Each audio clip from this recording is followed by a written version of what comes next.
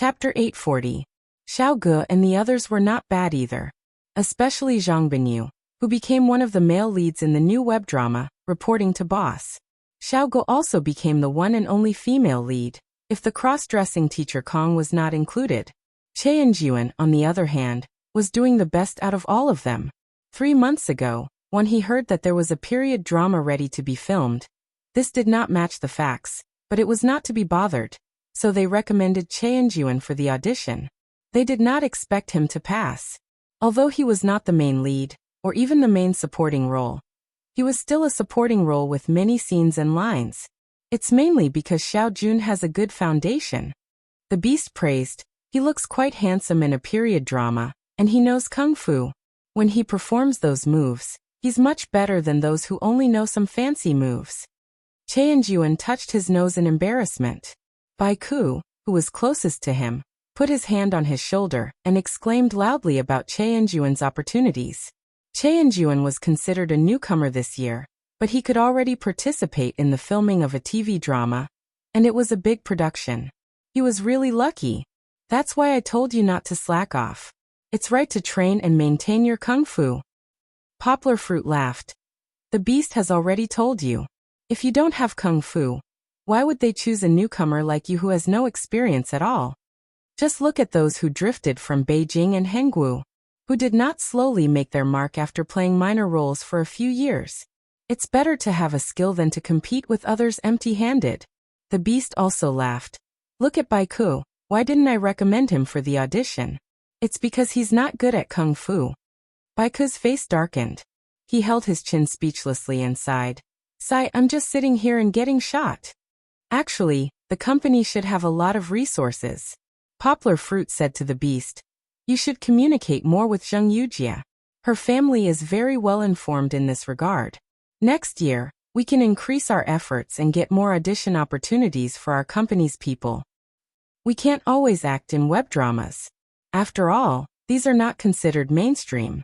Bai Ku and the others can't get any experience in them. Go out and act in other people's dramas and movies. Later, when we have experience, we can also get investors to act in our own dramas and movies. Poplar Fruit laughed.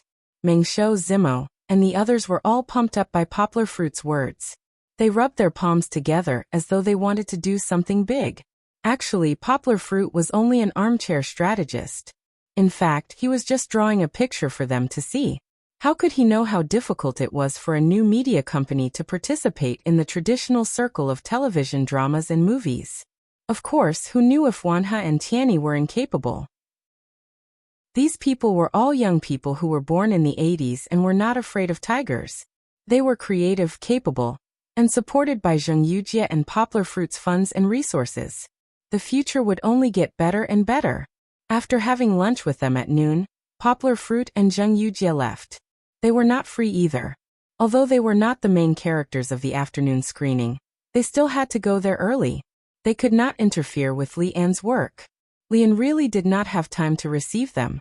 After exchanging a few pleasantries, he asked his assistant to bring Poplar Fruit and Zheng Yujia in first. However, Kiki could not follow. She was still a child. What if she cried and threw a tantrum? There would be a lot of cinema managers coming to watch the film. This was not a special event for Poplar Fruit. Poplar Fruit had a headache. After Kiki cried in the morning, she began to worry that her father was angry at her disobedience and would leave her alone. Therefore, she refused to stay outside with Zheng Yujia's assistant. Forget it. Zheng Yujia waved her hand and stood up to pick up Kiki. She said, I'll accompany Kiki outside. You watch the movie alone. When Zheng Yujia came to pick up Kiki, Kiki did not throw a tantrum as before. After all, she was very familiar with Zheng Yujia and felt that she was like a relative. Auntie would not lie to Kiki. Moreover, Auntie also said that if Papa lied to Kiki, she would be responsible for spanking Papa's butt.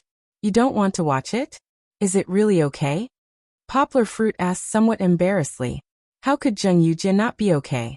She was looking forward to watching a movie with Poplar Fruit after waiting for a few months. In the end, in order for Kiki not to cause trouble for Poplar Fruit, she stood up resolutely. You owe me a movie.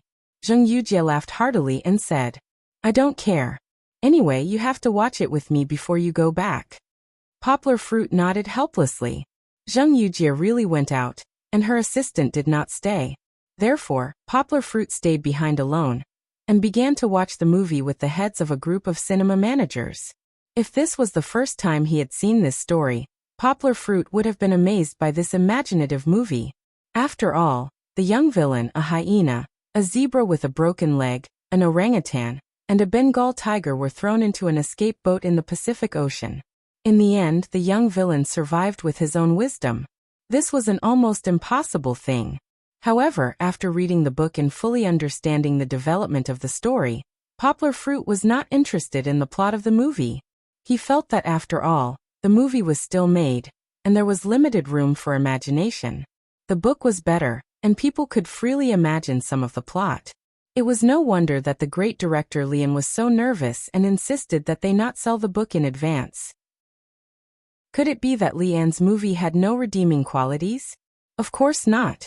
Lian's movie was more rhythmic than the original book's description, and the expression of emotions was more delicate. More importantly, he used a lot of special effects to portray a magnificent and fantastic sea world for the audience. Especially the spectacular flying fish, the rippling sea surface that was sometimes calm and sometimes violent, and the quiet and beautiful green uninhabited island that hid murderous intentions. After watching the movie, Poplar Fruit stretched. He did not wait for Lian, who was talking to the cinema managers, and walked out by himself. Kiki had been anxiously looking around. Zheng Yujie asked her assistant to buy toys for her, but she could not calm her down. Papa! Kiki rushed over and squeezed into her father's arms. Smiling sweetly, she did not want to break free from her father's arms again. However, Poplar Fruit still had to translate the subtitles for the great director Lian. Do you remember that many words? Zheng Yujie asked with a frown when she saw Poplar Fruit take the laptop. There was only a blank Word document on it. Poplar Fruit said with a smile. I remember. In fact, there are not many lines. There were really not many. Most of the movie was a world of one man and one tiger. Poplar Fruit felt that it was a waste of his talent to come here. His fingers were frantically tapping on the computer keyboard, as if he was translating. The content had already been translated in his heart, and he only needed to type out all the drafts in his mind. In less than 5 minutes, Poplar Fruit handed in the task. He held his daughter in his arms and left with Zheng Yujie. They were going to find another cinema to watch a movie. Chapter 841.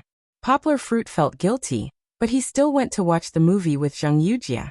He was originally worried that there would be a conflict with Fang Beibei's choice of movie, but in the end, Zheng Yujie booked the entire theater. Moreover, she even added money to let the other party play the movie that had already been removed from the drawing. She considered that Kiki would be there and worried that Kiki wouldn't be able to enter the theater. So she simply booked the entire theater. There were hundreds of empty chairs, and only she, Poplar Fruit, and Kiki were sitting inside. It's the first time in my life that I've booked the entire theater to watch a movie. Poplar Fruit said emotionally to Zheng Yujie, who came back. I can speak without restraint. This feeling is really too rich. Poplar Fruit handed a big bucket of popcorn and drinks to Zheng Yujie. He also had a bucket, and Kiki was eating happily. The popcorn was crispy and sweet, which was very in line with Kiki's taste. However, Poplar Fruit had to watch carefully, in case she didn't bite into it and choked on it. If you don't want others to disturb you, or disturb others, then you can only book the entire theater. Anyway, it's not much more money. Zheng Yujie laughed. She also grabbed a handful of popcorn and giggled as she ate. The lights dimmed, and Poplar Fruit took the popcorn from Kiki's hand. He couldn't let her eat anymore. She wasn't afraid of choking, but she was also afraid of the heat. However, Kiki was also attracted by the bizarre movie on the big screen. The opening was the title of 20th Century Fox. Poplar Fruit looked at it and felt that something was wrong. He turned his head and asked Zheng Yujie, Hey, that's not right. Didn't you ask them to play Painted Skin 2 for you? Painted Skin 2-inch was a movie that Zheng Yujie had always wanted to watch. She had just told Poplar Fruit that it was because she liked Zhou Gongzi very much. Perhaps their personalities were similar, but because she had been too busy during the month of its release, She hadn't been able to go to the cinema to watch it. Now that it was no longer screening, she had used her connections to persuade the cinema to find a copy for her. But Painted Skin 2 was a domestic movie. What was 20th Century Fox doing? Shouldn't it be some sort of review by the General Administration? Someone told me that Painted Skin 2 is not suitable for children to watch. Zhang Yujie said while eating popcorn. That's why I chose this one. It's a cartoon Ice Age 4. I've never seen it anyway. In the end, Zhang Yujie added, you and Kiki should both like to watch it. After that, she smiled proudly. She remembered that when they were in Xiong Village, Poplar Fruit often held a laptop and watched Pleasant Goat with his daughter. Kiki watched it with relish, and Poplar Fruit was also very engrossed in it. Poplar Fruit was silent. He was not speechless because of Zhang Yujie's ridicule, but he was really touched by Zhang Yujie's sacrifice again. This was the opportunity to watch a movie that Poplar Fruit gave her as compensation. Zhang Yujie did not choose the movie that she liked, but chose the one that Kiki liked. The beginning of Ice Age 4 was a dark blue sea. It was not as vast as the fantasy drift that Poplar Fruit had just watched, but soon, the camera showed clouds floating on the water and towering ice and snow mountains in the distance. The picture flashed again, and a vast expanse of white ice appeared. Then a little squirrel suddenly appeared in the skyline. Poplar Fruit had watched the first few Ice Age movies, until this little squirrel was a stubborn little thing that looked at pine cones as its life.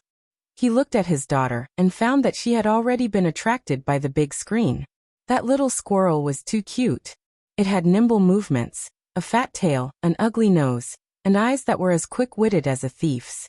Although there was no dialogue at the beginning, Chi-Chi was still amused by the little squirrel's clumsy movements. Her laughter was even louder than the little squirrel's screams as it fell from the earth's cliff. Fortunately, the theater was booked. Poplar Fruit wiped his cold sweat and looked at Zhang Yujie. If the theater wasn't booked, who knew how many people would be affected? The little squirrel was thrown high into the sky, and when it fell, it was a blue ocean after the continent separated. When Kiki saw this scene, her mouth opened into an O shape, and she watched nervously. Bang! A small piece of ice floated on the water surface, blocking the little squirrel's wild desire to enter the water. And the moment it crashed into the ice, Chi-Chi once again burst into laughter that made her throw her head back and forth. Delinquent Father Poplar Fruit suddenly felt that Kiki was much more fun than the movie. Her giggling was really charming. He and Zhang Yujie secretly looked at Kiki and muttered. Poplar Fruit no longer cared about what the movie was about. Kiki laughed from the beginning to the end for an hour and a half. Towards the end, she lay on her father's body without any strength. Her father asked her, "Is it that funny?" Kiki also nodded lazily and couldn't speak.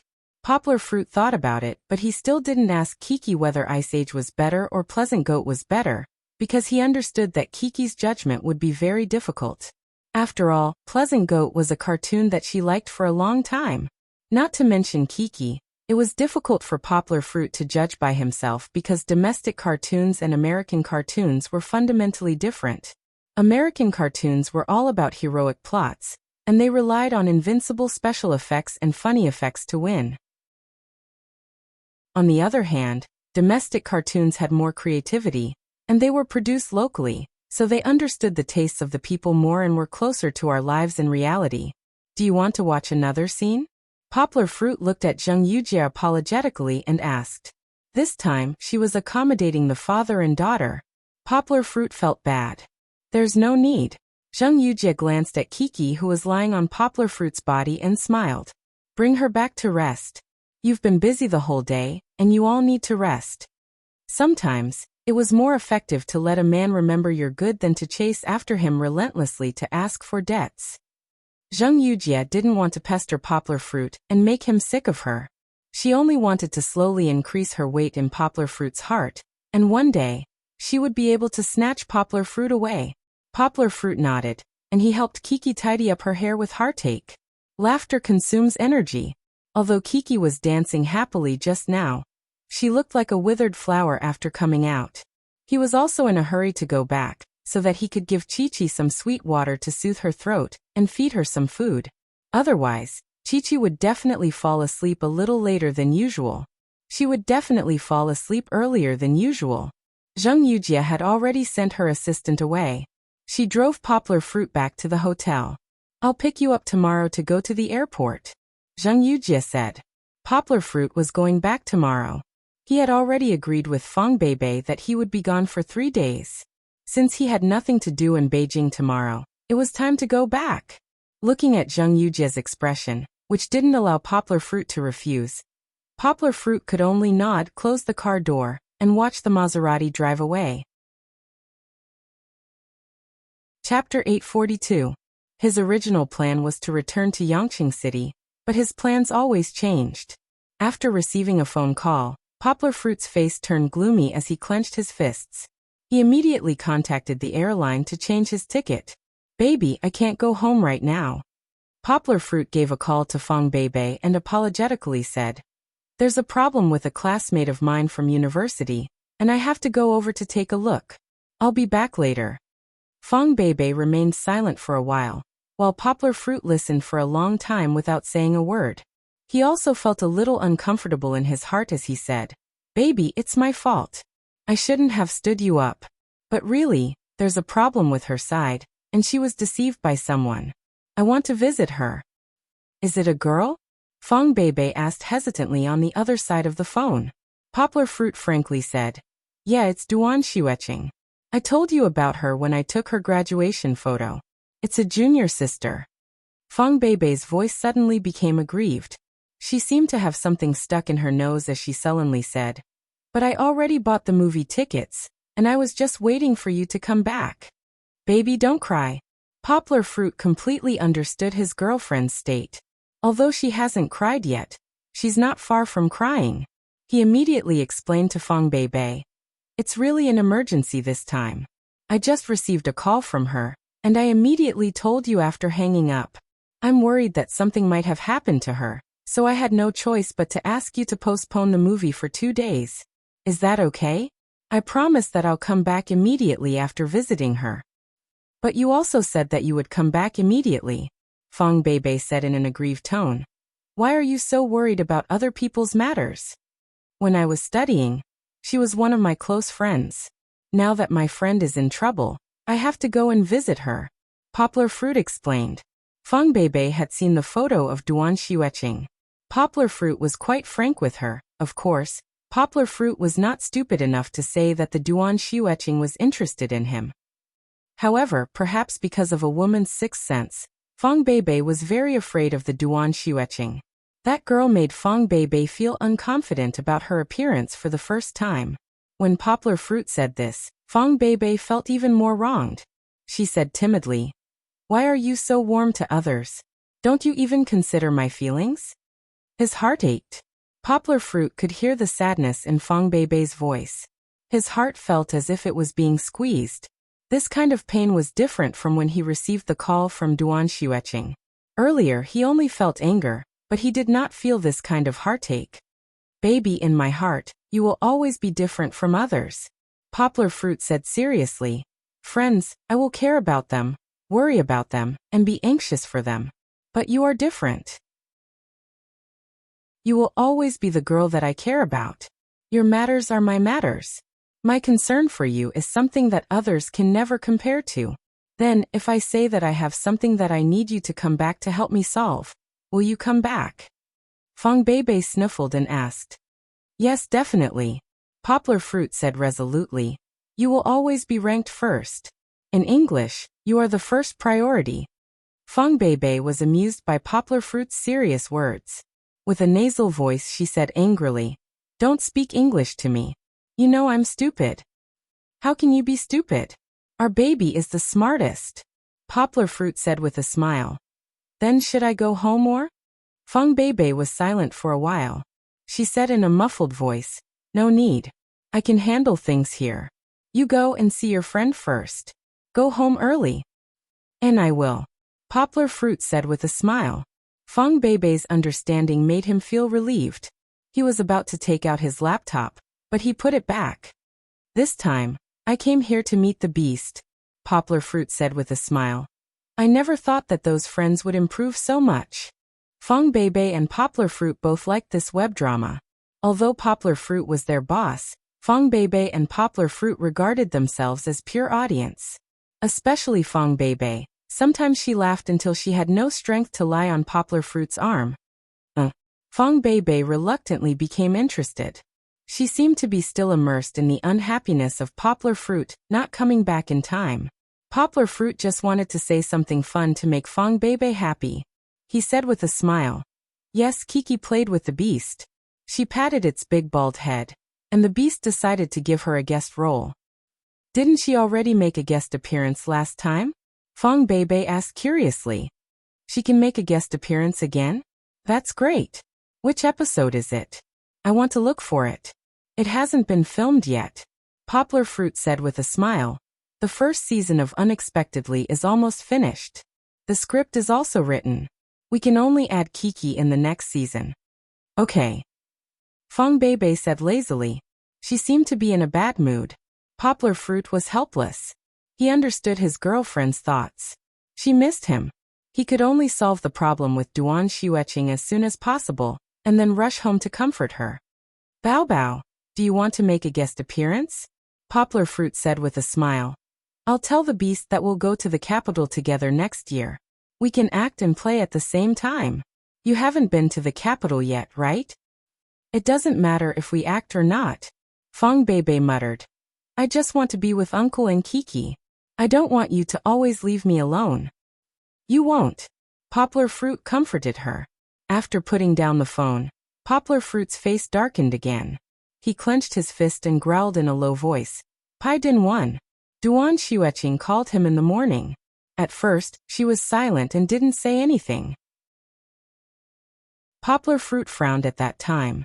He didn't think that Duan Xueqing was playing a prank on him. With Duan Xueqing's personality, it was impossible for her to play a prank. She also couldn't have pressed the wrong number. Poplar Fruit could hear her heavy breathing. The only possibility was that there was something she wanted to say, but she couldn't say it.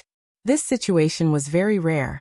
Even when she confessed to him in the past, she didn't say anything like this. Xueqing, what's wrong? What happened? Poplar Fruit asked softly. After a long time, a faint voice came from the other side of the phone. I'm sorry. Sorry? What are you sorry for? Poplar Fruit laughed. If there's something you want to say, just say it. I'm not a petty person. Okay, I'll forgive you first. It's not that. Duan Xueqing said. She paused for a few breaths. When Poplar Fruit was about to ask, she stammered. Pai Din won, I set you up. I'm sorry. I didn't know. What do you mean? Poplar Fruit was confused by Duan Xueqing's words. Pai Din won? What did he do? Chapter 843. It was impossible for Duan Xueqing to explain such a complicated matter over the phone. That was why Poplar Fruit decided to make a trip to Jiangnan. On one hand, he wanted to understand the situation, and on the other hand, he wanted to comfort Duan Xueqing. Even though it was all that bastard Pai Din One's fault, Poplar Fruit felt that he was partly responsible as well. Not only was he unable to differentiate between Pai Din One's character, but he was also too careless in the past.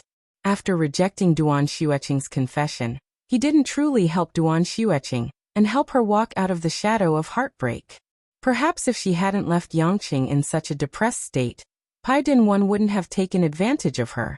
Poplar Fruit brought the cold air of the north with him as he flew to Jiangnan, which was as warm as spring. After Kiki got off the plane, she kept complaining about taking off her jacket. Poplar Fruit didn't have any extra clothes on hand, so if Kiki took it off rashly, she would easily catch a cold in the wind. Even though Jiangnan was very warm, it was still late autumn. Poplar Fruit only helped Kiki unzip her jacket. When they arrived, he took out Kiki's thin jacket from the suitcase and put it on her. This was the first time Poplar Fruit came to Jiangnan. Duan Xueqing didn't want him to come over and see her lonely state, so she hung up the phone. Luckily, he contacted Tao Boqing, whom he had met once in Bali. Poplar Fruit, you're just in time. Tao Boqing drove Yanghua from the airport to the small town in Jiangnan where the Duan family was located. He nagged. I heard that Miss hasn't been eating or drinking for the past few days. She's been staying in her room every day. When you see her, try to persuade her. There are so many good men in the world. Don't make life difficult for yourself over a single tree. Poplar Fruit saw that Tao Buqing had been secretly looking at him with a weird gaze, which made him a little confused. He smiled and said, "That's for sure. Xueqing is my good friend." He didn't know that Tao Buqing had been suspecting his relationship with Duan Xueqing. When they were in Bali, the way Duan Xueqing looked at Poplar Fruit was strange. However, at that time, there was Pai Din 1 by Duan Xueqing's side. Tao Buqing secretly sighed and muttered in his heart, "Neither of them is suitable, neither of them is worthy of the young miss. One is a big liar, and the other has a family to feed. Why are all the men that miss knows so unreliable?" "Teacher Tao, I want to ask you, what do you know about Pai Din 1? Poplar Fruit couldn't help but ask. Duan Xueqing wasn't deeply involved in the world and was easily deceived, but she was always at home. Even when she went to Bali, she had Tao Buqing by her side. Tao Buqing was already in his 50s or 60s, so how could he not see it at all? He's just a liar." Tao Buqing said with prejudice and some agitation, "When we were in Bali, I felt that this guy had bad intentions. He was always smiling, and his politeness must be fake." Poplar Fruit didn't respond. He felt that Tao Buqing's words were a little belated. What did he mean by smiling? There was no real meaning to it. If one felt that a person was a good person, then his smile would naturally be as bright as the sun. If one felt that a person was a bad person, regardless of whether he was crying or laughing, he would feel that it was fake. This was normal. Poplar Fruit turned his head and thought about the 2 or 3 times he met Pai Din 1 in Bali. If Pai Din 1 met Duan Xueqing to frame him, then why did he show such strong hostility in front of him? Poplar Fruit could clearly feel that Pai Din 1's hostility didn't come from other things, but from Duan Xueqing, who was standing next to him at that time. It was hostility because of jealousy. Poplar Fruit thought so because he had experienced it himself. At that time, when he saw a boy confess to Feng Beibei, his heart was full of jealousy. Tao Buqing said to himself, "Poplar Fruit, you don't know that Pai Din 1 wanted to squeeze into our team in order to go to Bali. He was originally a small wedding photographer, but his boss was more powerful, and his family was rich in our area." Tao Buqing told some of the inside stories he knew. Poplar Fruit finally cheered up and listened to his nagging. "I didn't expect that he would even lie to his own boss, who was his old classmate. Through his boss, he found a connection with our young master and joined our team to go to Bali. But no one knew what he was going to do." Tao Buqing said indignantly, "Now we know that he has disappeared. He cheated our young mistress." It seemed that Duan Xueqing didn't tell her family that Pai Din 1 framed Poplar Fruit. Now the Duan family only knew that there was such a person who cheated Duan Xueqing. However, except for the emotional pain, it seemed that Duan Xueqing and the Duan family didn't have any other losses. "You just let a stranger follow you to Bali?" Poplar Fruit frowned and asked. Tao Buqing smiled bitterly and said, "You don't know how rich Pai Din 1's boss is. Let me tell you a secret. His father is a senior official in the province. Even if they add one more person to their family, and let us arrange a trip at public expense, we have to be obedient." At that time, our young master also said that we don't need to care about him. We just do our business and he can do whatever he wants. Tao Buqing suddenly became angry and said in a raised tone. Later, we found out that he lied to our young mistress, saying that it was our family who forced him to go abroad. Our young mistress thought that our young master wanted to break them up, so she also went to Bali. He cheated Xueqing to go to Bali. What was his purpose? Poplar Fruit asked with doubts. If Pai Din 1 wanted to frame him, why did he take Duan Xueqing to Bali? If Duan Xueqing was also a part of his plan, why didn't Poplar Fruit see any effect until now? Duan Xueqing seemed to have come to Bali, and then went back. Also, Poplar Fruit met Pai Din 1 by chance and rescued him. Was this also Pai Din 1's plan? This person was too shrewd, wasn't he? He had to know the exact route back to the hotel, and the time he came out. Besides, what was the use of this trick? Except for making him miserable. Poplar Fruit suddenly had an idea. His body trembled and he thought, he couldn't have told Xueqing that I was the one who beat him, right? If that was the case, this Pai Din 1 was really sinister. Poplar Fruit gritted his teeth. If that guy was standing in front of him, Poplar Fruit would definitely beat him up again. However, what good would it do him to drive a wedge between him and Duan Xueqing? Including what Duan Xueqing said on the phone to frame him. This was what Poplar Fruit couldn't figure out. Poplar Fruit was 100% sure that before he came to Bali, he had never seen or heard of Pai Din 1. Chapter 844. Before he came to Duan Xueqing's house, he had never seen Poplar Fruit. In China, there were rich people who lived like landlords in modern society. Although it was not as luxurious as Ardal's house, it was still beyond Poplar Fruit's imagination. Perhaps Zheng Yujia's family was richer than Duan Xueqing's, but Zheng Yujia lived in Beijing, where every inch of land was worth its weight in gold. No matter how rich she was, it was difficult for her to buy a few acres of land and build 2 connected villas like the Duan family. The rest of the land was either a garage or a garden-like garden. First of all, in terms of visual impact, the Duan family was much richer than the Zheng family. Although they were not as rich, at least they had a reputation. Poplar Fruit was even more shocked. When he was in Bali, he had already guessed that the Duan family was rich, but he did not expect them to be so rich. Duan Xueqing had lived in the simple apartment that Poplar Fruit had left for her after graduation last year. Now it seemed that she was really a rich princess visiting incognito and experiencing the hunger and cold of the common people. "Little baby, come and play with me." Duan Xueqing's sister-in-law's belly was a little big. It was probably because of pregnancy that her maternal instincts were triggered. When she saw Kiki, she immediately forgot about Poplar Fruit, the guest, completely. "No, Papa." Kiki pouted and turned her head away proudly. Although the surrounding environment was very novel, she felt that the auntie was very unfamiliar. It was safer to stay by her father's side. However, when she saw Duan Xueqing, Kiki could not stay still. She knew Auntie Duan, but she was still like Yangcheng. Kiki always felt a little scared when facing her. This feeling was even more obvious now. Auntie Duan was like a big ice cube, cold and unapproachable. Kiki turned her head and looked at the pregnant auntie who had sent them over. She seemed to be thinking if it was a better choice to play with this auntie. "Little baby, let me take you to the garden. There are a lot of fun things in our house. And we even have a children's amusement park." Duan Xueqing's sister-in-law saw Kiki's hesitation and happily invited her again.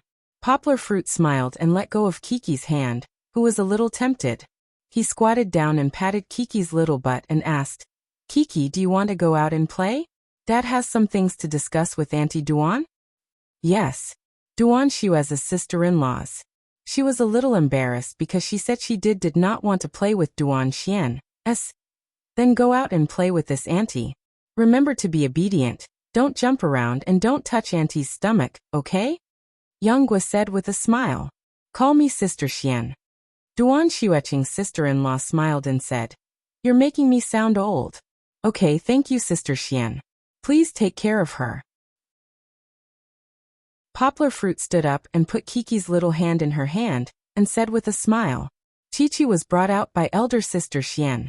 It was said that elder sister Xian had built a small children's playground on the lawn of the manor.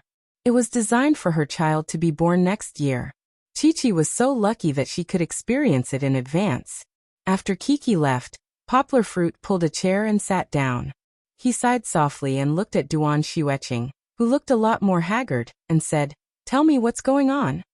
Duan Xueqing was silent, and her eyes didn't move for a long time. After a while, she sighed faintly and opened the drawer. She held a stack of photos in her hands and handed them to Poplar Fruit. "What's this?"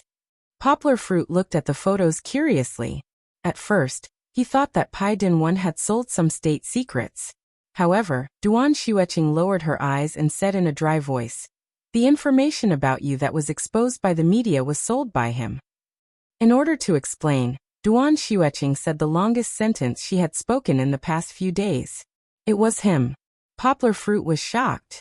Poplar Fruit didn't believe that a seemingly simple man like Pai Din 1 would do such a thing. However, looking at the photos in his hand, perhaps that was the case.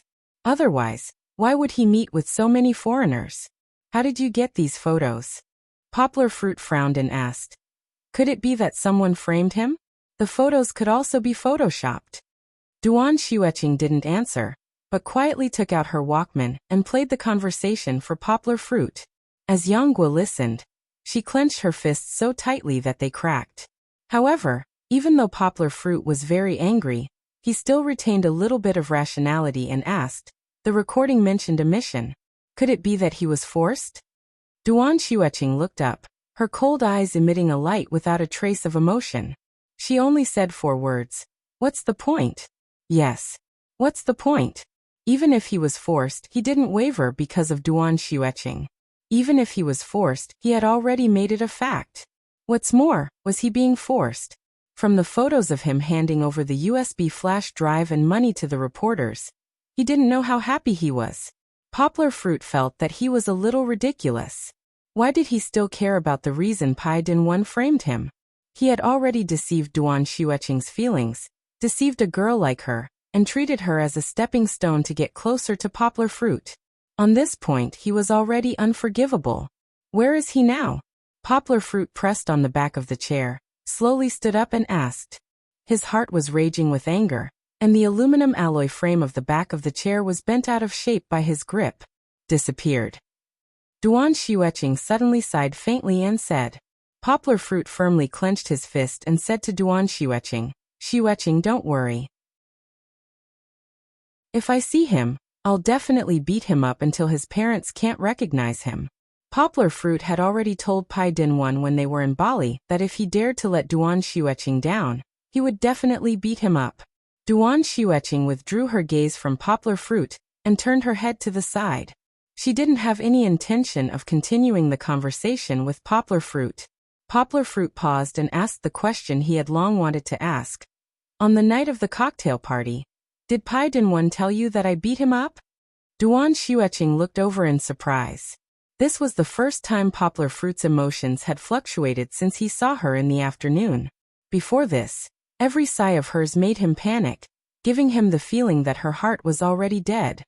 I didn't beat him up. I even helped him chase away the people who tried to rob him. Poplar Fruit explained with a smile. I'm just worried that this might be a conspiracy. Duan Xueqing didn't know if it was a conspiracy or not, but she still couldn't help but say to Poplar Fruit, he didn't say. After saying that, Duan Xueqing returned to her silent state. After that, even when she was with Poplar Fruit, she sat quietly. Some words were like a breeze that brushed past her ears, and she didn't care about them. Chapter 845. Poplar Fruit and Kiki took the high-speed train back to Yangqing at 9 p.m. With Duan Xueqing's personality, she had her own opinions. Poplar Fruit wanted to stay and persuade her to let it go, but he didn't expect her to persuade Poplar Fruit to go back. I'm fine, I don't need you. Duan Xueqing's words could be considered as persuasion. She was never good with words, and if she spoke it meant that she cared. If she was angry with someone, she would definitely ignore them. Poplar Fruit bitterly smiled and shook his head. He didn't believe that Duan Xueqing would be able to walk out of this relationship so easily. He knew that Duan Xueqing might seem cold and emotionless, but she was actually more passionate than most people. Otherwise, she wouldn't have left Yangqing because of Poplar Fruit's rejection. Don't keep it in your heart. Poplar Fruit sighed and said, go out and see the sun. Forget about him and start afresh. Don't hurt your body. You have to eat when it's time to eat and rest when it's time to rest. Is it worth it for a person who lied to you? Yang Guo tried to persuade her. I know you won't listen to me, so I'll go back to Yangqing first. If you think it through or want to come over to Yangqing to play, don't forget to contact me. When Yang Guo left, Duan Xueqing stood up to send him off. She seemed to have regained some of her energy. She even stood at the door, graceful and elegant, like a weeping willow by a lake, swaying slightly in the autumn wind. Poplar Fruit was behind the car. He turned around and sighed. I'm afraid it won't be that easy. Pai Dinwan, that bastard, he's too despicable. Although he had only intruded into the Duan Xueqing's world for less than 5 months, which was longer than the 5 years that the Poplar Fruit had spent, he had caused the Duan Xueqing, who had already been injured, to be injured again. Moreover, the injury was even more serious and deeper. Winter is coming. I hope you won't freeze your heart with the cold winter. You should forget the past and hold on to your hope. You should wait until the ice melts and the snow melts next year. You should wait until the spring flowers are brilliant. You should wait until the spring water gurgles. You should wait until the ice mountain snow lotus blooms again. Poplar Fruit didn't continue arguing with Duan Xueqing. He was in a hurry to take the high-speed rail home, and even had dinner on the train. Kiki was in high spirits. Along the way, she was telling him about how beautiful the children's playground built by the pregnant auntie was. Papa, Kiki wants it too. The little girl blinked her big watery eyes and said to her father, in that case, Kiki can also ask her brothers and sisters to come over to play. That will depend on your performance. Poplar Fruit smiled slightly and said, if Kiki is obedient and sensible, and doesn't throw tantrums with Papa and Sister Bebe, then Papa will build one for you. It was just a children's playground, not a large amusement park. If Poplar Fruit wanted to build one, he could divide half of the room that was originally set aside for Kiki in the new house, put tatami mats on it, buy some big blocks, plastic balls, and some small castles that could be climbed up and down, equipped with some small slides and small bridges. It wouldn't cost more than tens of thousands of yuan. Kiki has always been very obedient. Kiki pouted her small mouth, pulled her father's finger, and acted like a spoiled child. After a while, she changed the topic and excitedly told her father about her new experience today. Sister Xuanxuan's belly is big, even bigger than Kiki's. She said that there is a baby in her belly. Fortunately, Kiki's ability to understand was not bad. She was not like some children in stories, who were so scared that they thought that the baby was swallowed. That's right, Poplar Fruit said with a smile. In a few months, a baby will be born. When it grows up, it will be just like Kiki. Was Kiki also born in Mama Ma's belly? Kiki asked. But Kiki has never seen Mama Ma. When she said that, her tone was just a little curious and regretful, but there was no sadness. Kiki was still too young. How could she know what sadness was? In her heart, Papa was everything, and Mama Ma was just a person that Papa told Kiki. She did not envy other children for having Mama Ma, because she still had Sister Bebe to love her. Poplar Fruit smiled, gently stroked Kiki's hair and said meaningfully, Mama Ma is no longer here, but she has always been looking at Kiki from afar, hoping that Kiki can grow up happily, and in the future, be as beautiful as Mama Ma. Kiki knows. Kiki nodded solemnly and said, Kiki wants to be as beautiful as Mama Ma. Poplar Fruit had shown her a photo of Wuyu, and he had never hidden the matter of Kiki's birth mother. As Kiki gradually became more sensible, he would tell Kiki more stories about her Mama Ma. To be honest, Wuyu was indeed a great beauty, and Poplar Fruit was also stunned when he saw the photo. The real person he saw was Wuyu when she was preparing to give birth to Kiki. In comparison, Wuyu before she was pregnant was not much worse than Duan Xueqing. They chatted on the high-speed train, and in the end, Kiki could not resist the strong sleepiness. When they were about to reach the station, she swayed and fell asleep in her father's arms.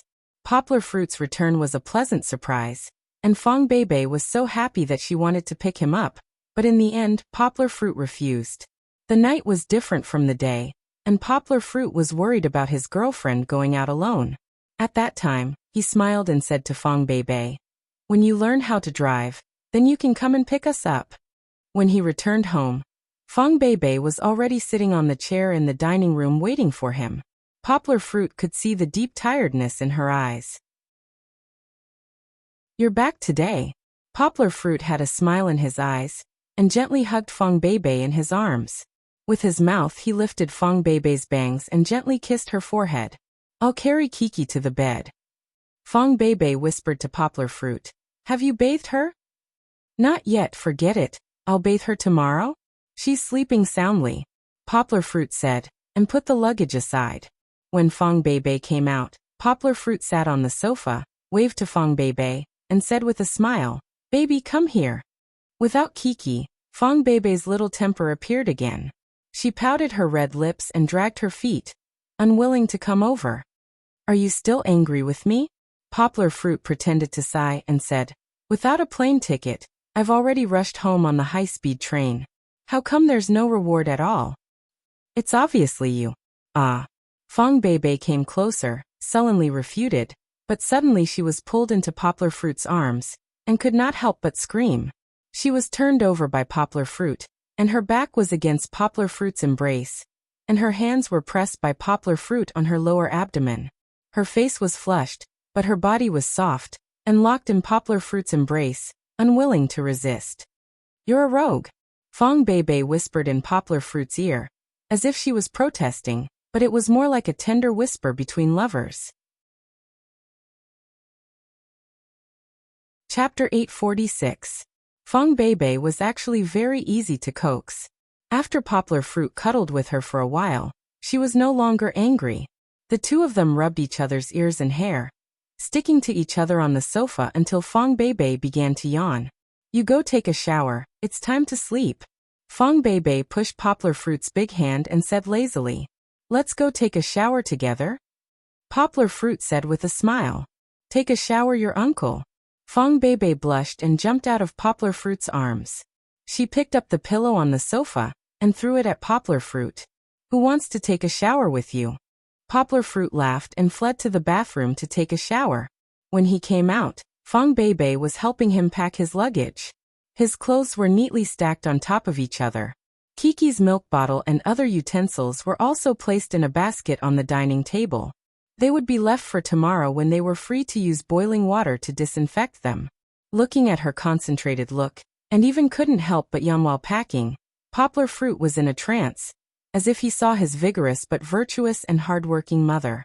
At this moment, wasn't Fong Beibei also like a little wife? Poplar Fruit felt warm in his heart. "Darling wife." Poplar Fruit squatted down, smiled and helped Fong Beibei to tidy up her hair, and said, "Why don't you pack tomorrow? Look at you, your forehead is sweating. Pack up early, put it in the suitcase, it will smell tomorrow." Fong Beibei explained, and then she yawned again. Today she seemed to be like Poplar Fruit, she didn't sleep at noon, probably because her heart was stuffed and she couldn't sleep. Poplar Fruit pulled Fong Beibei up from the ground and said with a smile, "Well, leave the rest to me, you go wash up, it's late, it's time to sleep." Fong Beibei nodded obediently. After brushing her teeth and washing her face, she was full of energy again. It was rare for Poplar Fruit to climb into bed early to sleep with Fong Beibei. Originally, the two of them were lying face to face, so there was still some space between them. Fong Beibei mumbled and rolled over. Her hair scattered and she laughed as she squeezed herself into Poplar Fruit's embrace. At this moment, she became as mischievous as Kiki. She used her hair to brush Poplar Fruit's nose, rested her head on Poplar Fruit's arm, and even grabbed the other hand of Poplar Fruit. Warm and soft body, smooth skin, and pleasant fragrance, Poplar Fruit was teased by her to the point that he couldn't stand it.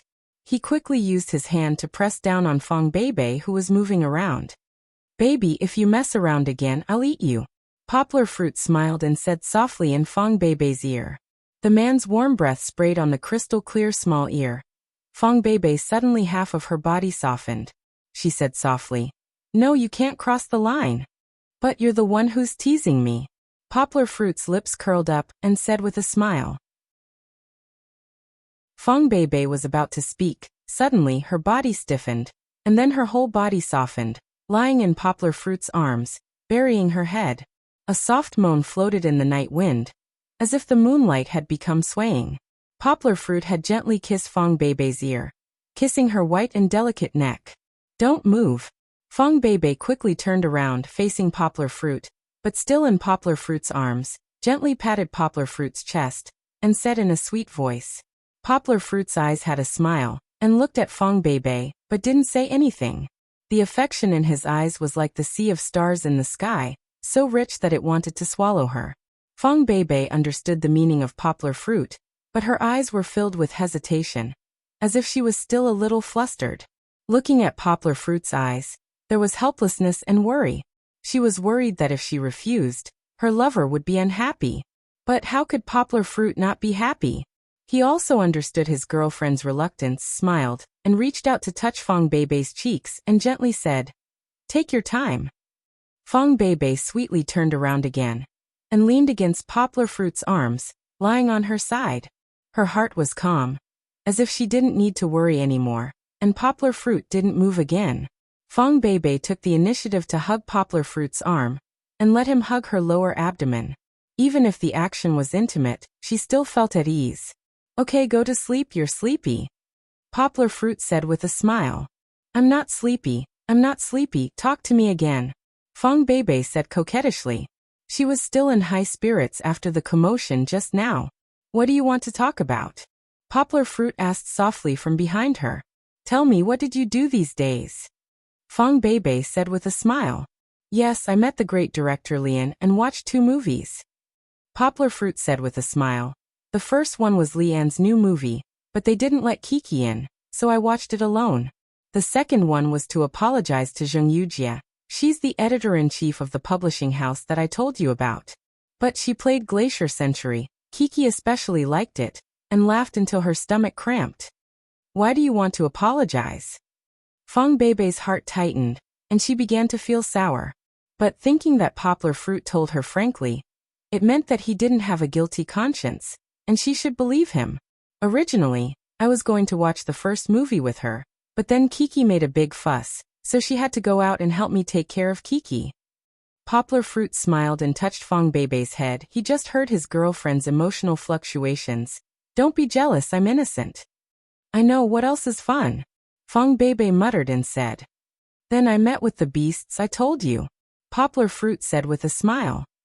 What about Senior Duan Xueqing? Fong Beibei asked. That's not fun. Poplar Fruit said. I want to hear it. Fong Beibei said coquettishly. There's no harm in telling you, but it's fine as long as you hear it. Poplar Fruit said softly. He was not worried that Fong Beibei would spread it everywhere, but it was related to Duan Xueqing's feelings. He and Fong Beibei, 2 outsiders, should not talk too much about it. After a moment, Fong Beibei turned around, opened her eyes, and looked at Poplar Fruit sadly, as if she was about to cry. Senior sister, so pitiful. Yes. Poplar Fruit sighed and said. Pai Din 1 is really hateful. Deceiving people. I'm scared too. Fong Beibei murmured. She seemed to be afraid of Duan Xueqing, but in fact she was revealing her true feelings. Idiot, what are you afraid of? Poplar Fruit chuckled. Don't you have me by your side? I'll protect you. Whoever dares to lie to you, I'll beat him up. You're the one I'm afraid of. Fong Beibei snorted and laughed disdainfully. Fong Beibei was still quite satisfied with Poplar Fruit's answer. She raised her head and kissed Poplar Fruit on the mouth, smiling. She also walked out of that inexplicable mood. Poplar Fruit smiled and said, Go to sleep. Fong Beibei found a comfortable position and fell asleep sweetly. Chapter 847. The next day, Poplar Fruit sent Kiki to his godmother, Lu Suqin. On one hand, his godmother missed Kiki. On the other hand, Poplar Fruit was going to watch a movie with Fong Beibei today. It wasn't that Poplar Fruit didn't want to pay for Kiki to go with them, but he recently read a book on parenting, and there was a very reasonable point in it. It was to tell parents not to follow their children all the time, which was not conducive to the development of their children's personality. Parents should let their children understand that parents also have their own work and living space. Poplar Fruit, wait a minute. Lu Suqin asked the old man to accompany Kiki first. She excitedly pulled Poplar Fruit to the side and asked with a smile. Let me ask you, did Jiwen have that thing recently? That thing? Poplar Fruit was a little confused and asked. Aya, you don't even understand? It's just that his heart is budding, and he's looking for a girlfriend again. Lu Suqin patted Poplar Fruit's head and said with disappointment. What kind of mother would say that to her own son? Poplar Fruit's head drooped down a few black lines. He thought about it, shook his head and said, I don't think so. He hasn't had a girlfriend recently. I haven't seen him bring a woman back for nearly half a year. Recently, Song Jiwen had been circling around Chen Anlin. The two of them had been thinking about how to get close to uncles and aunties through square dancing every day. However, it seemed that they were going to watch a movie today. Song Jiwen heard that Poplar Fruit was going to watch 4 movies with his girlfriend today, and they also wanted to come and relax. If there was a possibility, it would only be Chen Anlin who was his girlfriend. However, Poplar Fruit denied this idea. This was because Song Jiwen and Chen Anlin were like fire and water. From the beginning, Song Jiwen and Chun Anlin would quarrel whenever they met. They lived across from each other, and even now, although they opened a Tai Chi dojo together, they would quarrel again after a few words. Sometimes it wasn't even because they had different opinions. How could this be? Lu Suqin said with a gloomy face. Could it be that Jiwen was affected by that incident and doesn't want to be in a relationship anymore? Wouldn't our Song family line be cut off? Poplar Fruit smiled and comforted her. Godmother, don't worry. I noticed that his complexion had been pretty good recently, and he seemed to be in high spirits. He didn't spend all his time gaming, so it was obvious that he had already walked out of his trauma. Just wait patiently for a while. He'll be back with his girlfriend soon. Really? Lu Suqin couldn't stop laughing at Yangguo's words. She asked, Okay, I'm not in a hurry. Jiwen, let's talk about you. I saw on the news that you already have a girlfriend. Where's your girlfriend from? What kind of people are in your family? When are you going to bring her to Godmother? The last time I called your mom, she was so happy. Poplar Fruit smiled bitterly. He knew that too. His mom would call him every few days to ask about her daughter-in-law. However, Poplar Fruit would only tell her that the news was true, and that it wasn't time to bring her home yet. Fong Beibei hadn't agreed yet. This little girl was so shy. She's also from our school. Poplar Fruit smiled and said, She doesn't dare to meet my parents yet. Godmother, wait for a while. Once I convince her, I'll definitely bring her to meet you. Lu Suqin was satisfied and let Poplar Fruit leave. Poplar Fruit went back to pick up Fong Beibei, and then brought the 2/3 wheels to the cinema. Don't worry about them. Poplar Fruit smiled and said, These two guys are just here to join in the fun. I bought the tickets and sent them far away. Yes, we definitely won't disturb you too. Song Jiwen crawled his head over from the back seat and chuckled. The seats are dozens of meters apart. Come back. Your butt is so high up. Chun Anlin grabbed Song Jiwen's clothes and pulled him back. She smiled and said, Look at your wretched appearance. Beibei, ignore him. Chun Anlin explained to Fong Beibei with a smile. We're not here to disturb your date. You can watch the movie later. Don't worry about us. We're sitting very far away. Fong Beibei said a little embarrassedly, Sister Anlin, no, I don't care. It's more lively if we come out to play together. Poplar Fruit laughed happily. He knew that Fong Beibei was actually a little reluctant. He was also reluctant. Who would want to have 2/3 wheels following their girlfriend on a date? When he came back yesterday, he asked Song Jiwen to help buy the movie tickets. The movie tickets that Fong Beibei had bought had been refunded. In the end, this guy told Chun Anlin, and the two of them secretly bought 4 tickets. There was no other way. They shamelessly stuck to him, and Poplar Fruit couldn't chase them away. Fortunately, these two guys were reasonable and didn't buy 4 movie tickets. After talking to Poplar Fruit for a long time, Poplar Fruit reluctantly agreed to let them come. After getting out of the car, Chun Anlin hurriedly dragged Song Jiwen to buy snacks and drinks for everyone. Poplar Fruit and Fong Beibei followed behind holding hands. The two of them looked at each other and smiled. It's okay. If you get to know them more, you'll find that these two friends are actually very good people. They're usually carefree, but in fact they're very enthusiastic. Poplar Fruit smiled. Although Fong Beibei had already met them, she still wasn't very familiar with them. Okay. Fong Beibei smiled sweetly, looked at Poplar Fruit and said, Just treat it as a date. 2 couples, it's quite interesting. Poplar Fruit shook his head and said with a smile, No, they just want to come out and play with us. Recently, they've been so busy with their dojo that they're dizzy. They're not a couple. Don't be fooled by their smiles, they'll quarrel again later. Before he finished speaking, Chun Anlin's angry shout came from afar. I asked you to bring a few drinks and you didn't even want to do it? Are you still a man? No, can't we just bring it over together? Song Jiwen argued. 2 people, 4 hands, 4 cups of cola and 4 buckets of popcorn. Do you think we can carry it all? Chun Anlin sneered and retorted. You're the one who's slacking off. Why can't we carry it all?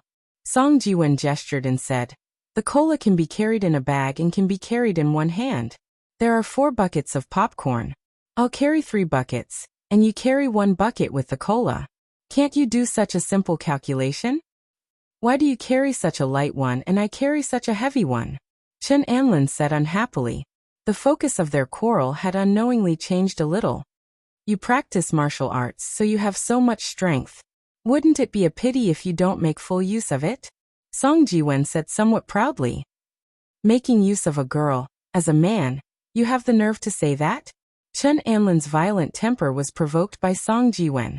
She shouted angrily, completely ignoring the gazes of the people around them.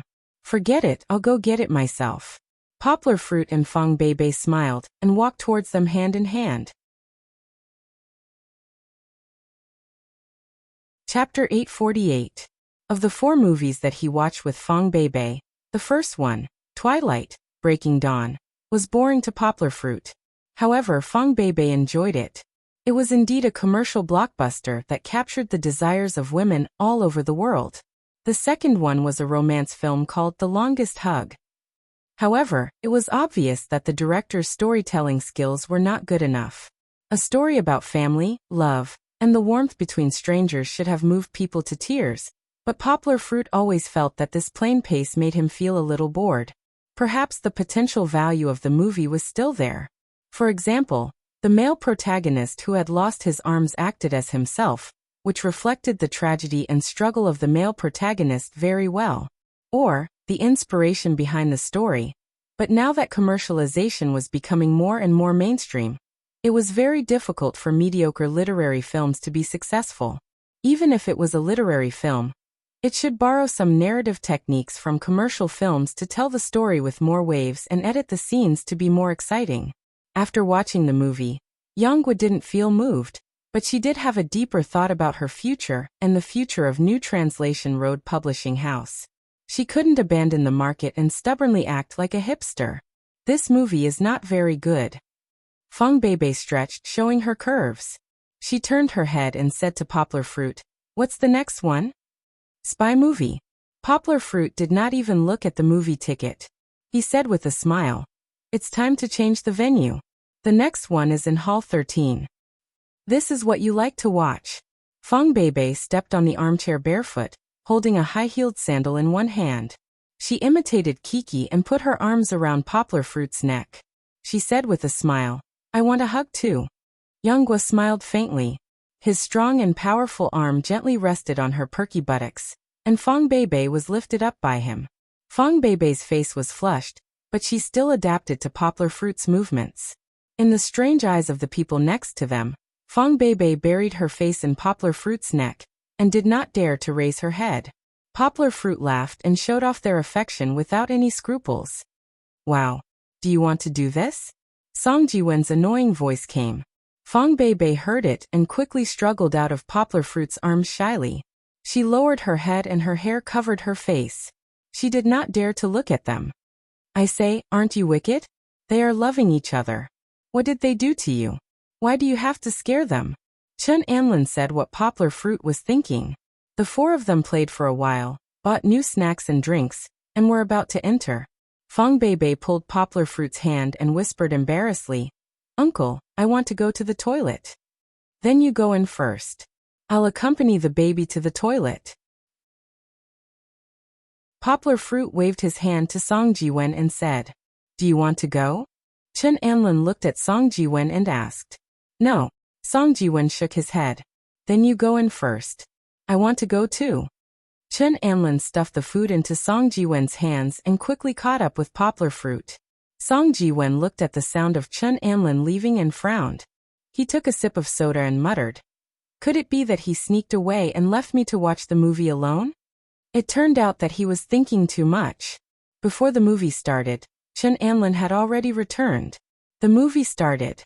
This movie was indeed the best movie that Poplar Fruit had seen today. Even Fang Beibei was watching it without blinking. The movie's rhythm was really good.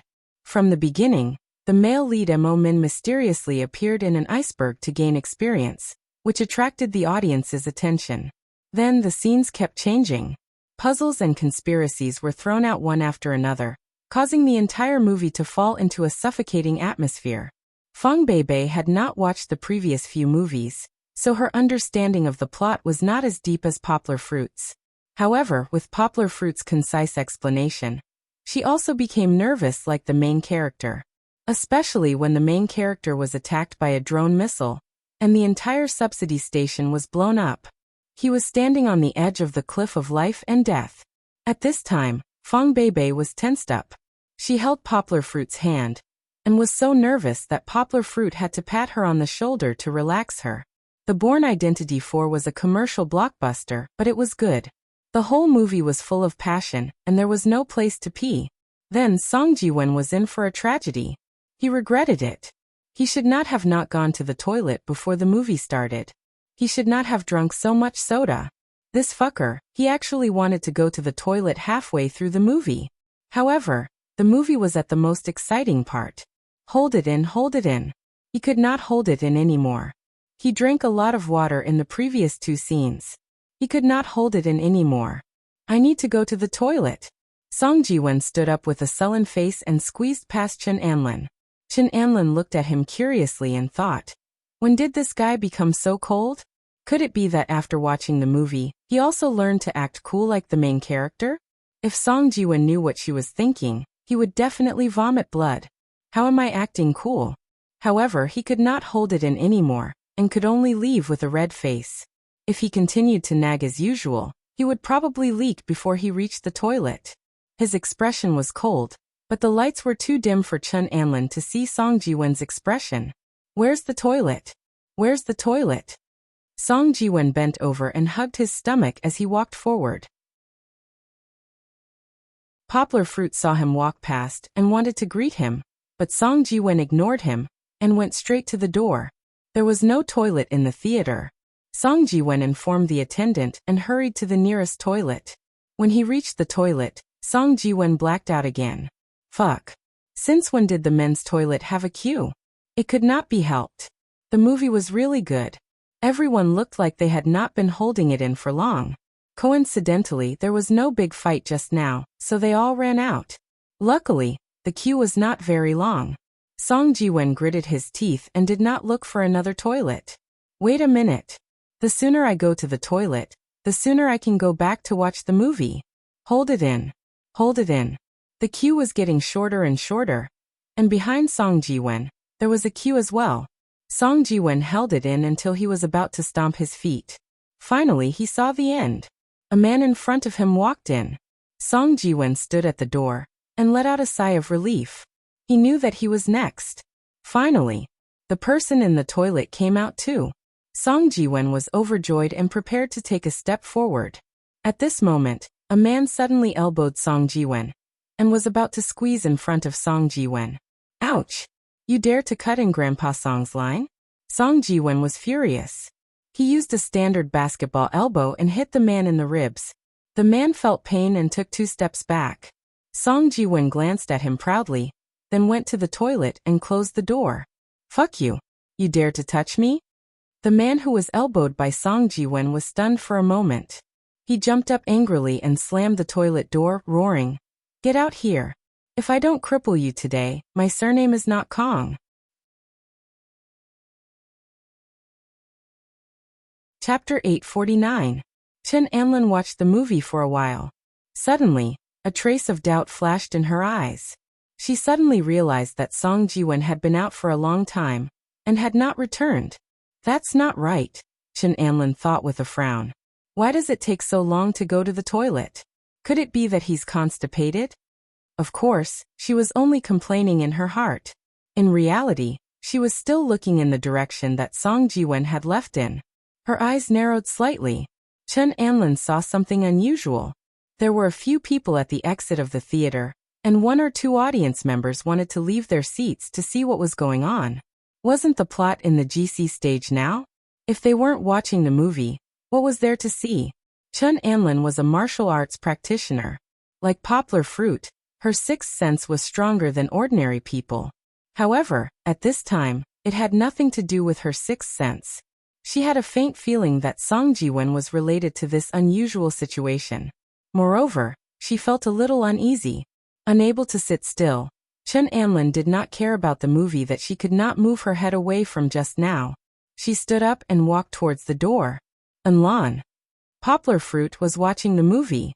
From the corner of his eye, he saw Chun Anlin walk past. Before he could turn his head, Chun Anlin had already walked past him in a hurry. You're going to the toilet too? Didn't you just go? Poplar Fruit shook his head. Forget it, he would ignore the two of them. Watch the movie, watch the movie.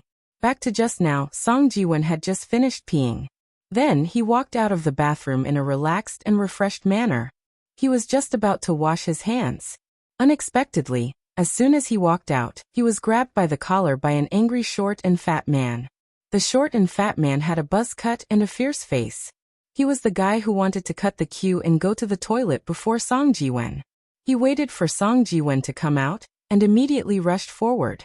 He grabbed Song Ji-won's collar and started scolding him. Originally, Song Ji-won wanted to reason with him. However, he didn't expect this short fatty to curse so harshly. With just 2 sentences, he cursed his entire family and even his ancestors. What made Song Ji-won even angrier was that the short fatty not only scolded Song Ji-won, but also slapped him in the face. If Song Ji-won had not dodged quickly, he would have suffered. Fuck.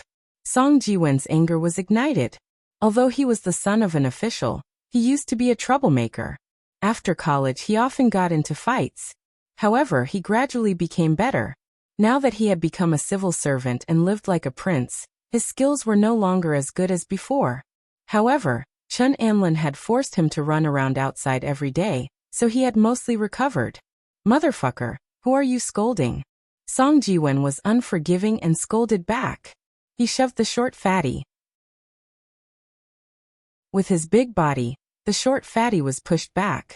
Were you the one who cut the line just now?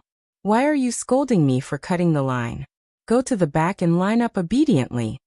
The short fatty looked at the mocking eyes of the people around him, and was annoyed. He rolled up his sleeves and was about to rush forward. Song Ji-won flew up, and almost kicked the short fatty.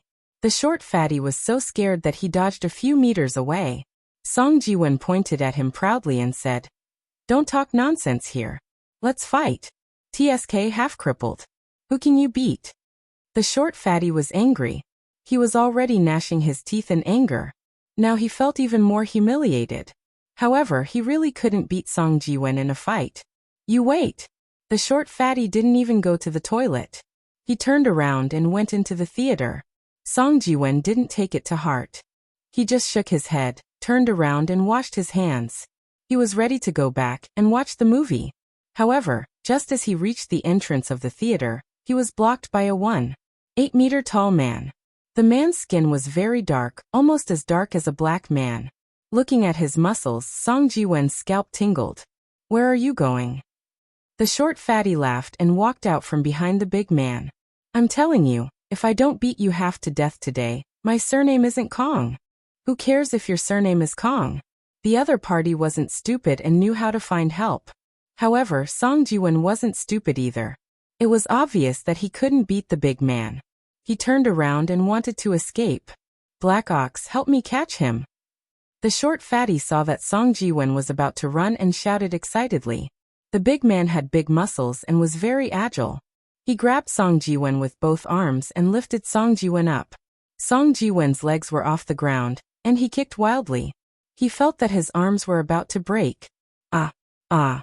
Song Ji-won couldn't help but cry out in pain. He looked at the short fatty with hatred in his eyes and roared. Let go of me. If you dare to touch me, I'm telling you, you're going to stay in jail tonight. Where I'm going to stay is not up to you. The short fatty said contemptuously. But I know that you're going to stay in the hospital tonight. Black Bull. Originally, Black Bull wanted to fight, but as soon as the short fat man moved his legs, he stopped. He calmly rubbed his 2 legs and said with an ugly expression, Hold him down first. When I come back from the bathroom, I'll teach him a lesson. After that, he wriggled and jumped in the direction of the bathroom. Song Ji-won didn't give up struggling, but the more he struggled, the more pain his arms were in. It seemed that if the big man exerted a little more strength, his arms would be dislocated. The pain was so severe that Song Ji-won couldn't help but cry out. Ah. Don't stand here and block the entrance of the audience. The waiter guarding the door didn't dare to provoke the big man, so he could only persuade them weakly. The big man snorted and moved outside with Song Jiwen in his arms. Song Jiwen screamed even louder in pain. The few people who came back from the bathroom knew about the conflict just now. They didn't dare to say anything and quickly left. But not all of them left. A few of them secretly stood at the door with the waiter and watched. After a while, the short fatty came back from the bathroom. He had a morbid excitement on his face. He twisted his arms and walked toward Song Jiwen. Chen Anlin just came out. She saw Song Jiwen being caught by the big man, and the short fatty punching him in the stomach. Pain. Song Jiwen didn't even have time to cry out in pain. Ugh. He spat out some of the cola he had just drunk onto the short fatty. Fuck fuck fuck. If I don't beat you to death today, my surname isn't Kong. The short fatty stomped his feet and shouted angrily. Anyway, with the big black yak around, he was full of confidence. Bang. A delicate shout was heard. Suddenly, the shadow of a foot flew through the air and kicked the big man's arm. The big man felt the pain and let go of both hands. Song Jiwen fell to the ground. A pair of white and tender hands stretched out in front of Song Jiwen. He looked up and saw Chen Anlin's childish face in front of him. She helped him up.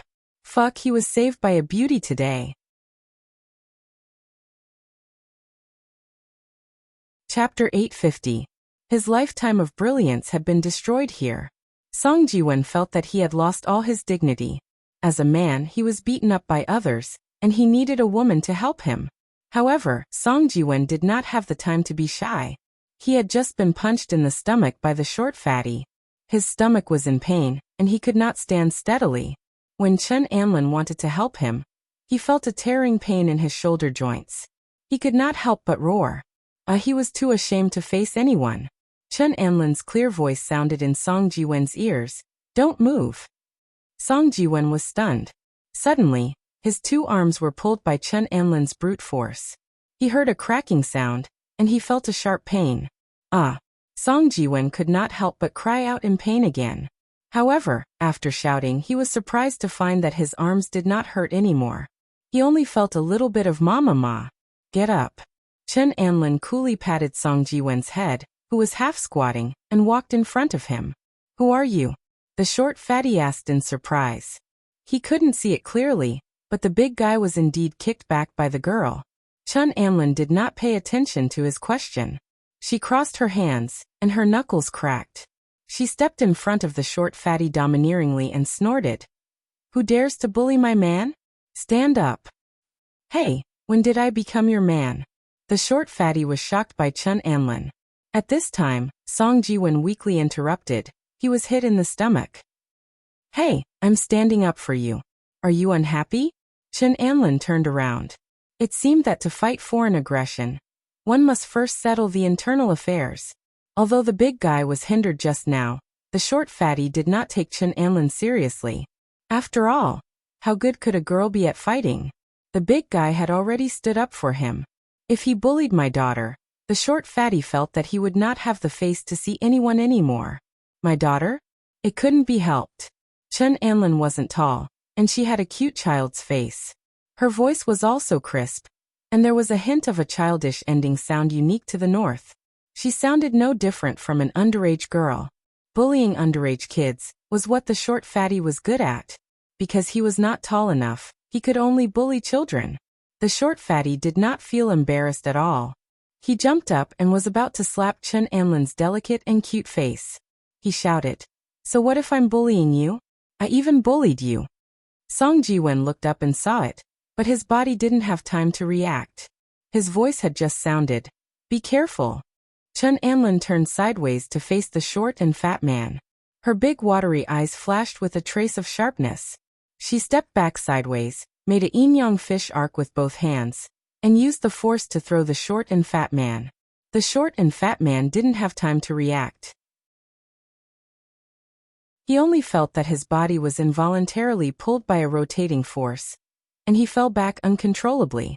Like a wild goose landing on flat sand, his chubby butt hit the ground and slid far away. The big guy, who didn't talk much, roared and waved his big fist to hit Chen Anlin's head. He didn't know any martial arts moves, and he relied on brute force. But looking at the momentum, it was scary enough. Chen Anlin snorted. Her slender waist twisted like a fried dough twist. Her body swayed rapidly and dodged the big guy's fist. She wanted to use the strength of her opponent's punch to throw him back like the short fatty did just now. However, when she grabbed the big guy's thick arm, Chen Anlin was surprised to find that her force didn't work on the big guy. The big guy was too strong. She didn't know if he was a professional weightlifter, but he actually stabilized himself after swaying a little. It wasn't that her kung fu wasn't good enough. Chen Anlin's kung fu was one of the best in their generation. It was just that girls were at a disadvantage in terms of strength. If it were poplar fruit, not to mention swaying, it was possible that the big guy would directly fly to the door with just a simple push. Song Jiwen watched in horror. He knew how strong the big guy opposite him was. If he were to land a punch on Chen Anlin's body, her bones would probably be broken.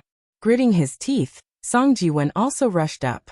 He wasn't good at fighting, but he was smart and had rich fighting experience. He took advantage of the big guy's fist to fly up and kick between the big guy's legs. In fact, Chen Anlin wasn't in as much danger as Song Jiwen thought. Her body was very flexible. When she couldn't drag the big guy anymore, she immediately let go of her hand and dodged the big guy's fist. She also threw a kick, but it was aimed at the big guy's abdomen. Originally, this kick wouldn't cause much damage to the big guy, but Chen Anlin still had a trick up her sleeve. She was going to jump up and kick the big guy's neck. If she controlled it well, she could knock the big guy out. However, Song Jiwen's kick arrived first. He used a lot of strength. The big guy groaned and clamped his legs together. His dark face turned blue. Chen Anlin's kick also flew over. Because of the severe pain in his lower body, the big guy let go of the defense of his abdomen. He was kicked solidly and fell back. Song Jiwen couldn't dodge in time, and was pressed to the ground by the big guy. Chen Anlin laughed. She pushed the big guy away and rescued Song Jiwen. At this time, the big guy was still covering his crotch. His face was like the ground and he couldn't speak. Black ox, black ox. The short fat man got up and pulled the big guy. He looked at Song Jiwen and Chen Anlin in horror. They were usually the ones bullying others. When had they ever seen someone other than the police beat them up so badly? Fortunately, Song Jiwen didn't kick completely. The big guy took a while to recover from the pain. We admit defeat. Black ox, let's go. The short fat man's expression changed. In the end, he gritted his teeth and pulled the big guy away. Song Jiwen breathed a sigh of relief. Just now, the big guy gave him too much pressure. Although he could find someone to catch them, he didn't want to be beaten up again before that. Just now, he was beaten and his stomach was still faintly aching. Chen Anlin heard Song Jiwen's cry. She said with some disdain, "You, too weak. You even need me to save you." Usually, she didn't hit her friends when they were down like this. Even when her friends were in trouble, she would be kind and gently comfort them. However, facing Song Jiwen, she couldn't help but ridicule him. Song Jiwen's face was gloomy. He said unconvinced, "I also helped you. If I didn't give him a kick to end his family line, he would have beaten you into a pig's head." "Hee hee, you think I can't handle this stupid big guy?" Chen Anlin raised her head proudly and waved her hand. She said, "Let's not talk about this anymore. Let's go back and watch the movie." Chen Anlin and Song Jiwen entered one by one and passed by Poplar Fruit again. Poplar Fruit patted Fong Beibei and muttered to her, "Look at these two guys. They went to the toilet separately and came back together. Don't tell me that when the mosquito fell into the pit, Enlon went to pick him up?" "Hey uncle, you're so disgusting," Fong Beibei said coquettishly. Chapter 851.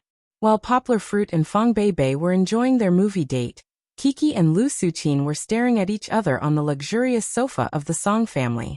Lu Suqin was smiling, and the crow's feet at the corner of her eyes were trembling.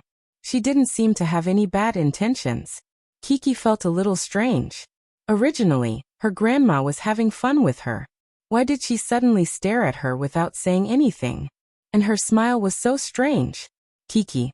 Lu Suqin took out an Alps lollipop from nowhere, smiled and shook it in front of Kiki's eyes, and said seductively, "Grandma has a lollipop. Kiki, do you want one?" Kiki's eyes lit up, and she let go of the toy in her hands. Her two small arms swayed in the air, and her big eyes curved into crescents as she shouted, Kiki wants, Kiki wants. Lollipops were delicious and sweet, and they could be eaten for a long time. Just thinking about it made Kiki's mouth water. Then, what does Kiki have to say? Lu Suqin asked with a smile. Everything had to be done step by step. Kiki scratched her head and thought for a while. Her two small hands clenched into fists, and she raised them to her chin. She twisted her shoulders slightly, blinked her big eyes cutely, and said coquettishly, Grandma, you're so beautiful. Can you give Kiki a lollipop, okay? Okay. Moved by Kiki's cuteness, Lu Suqin said with a smile.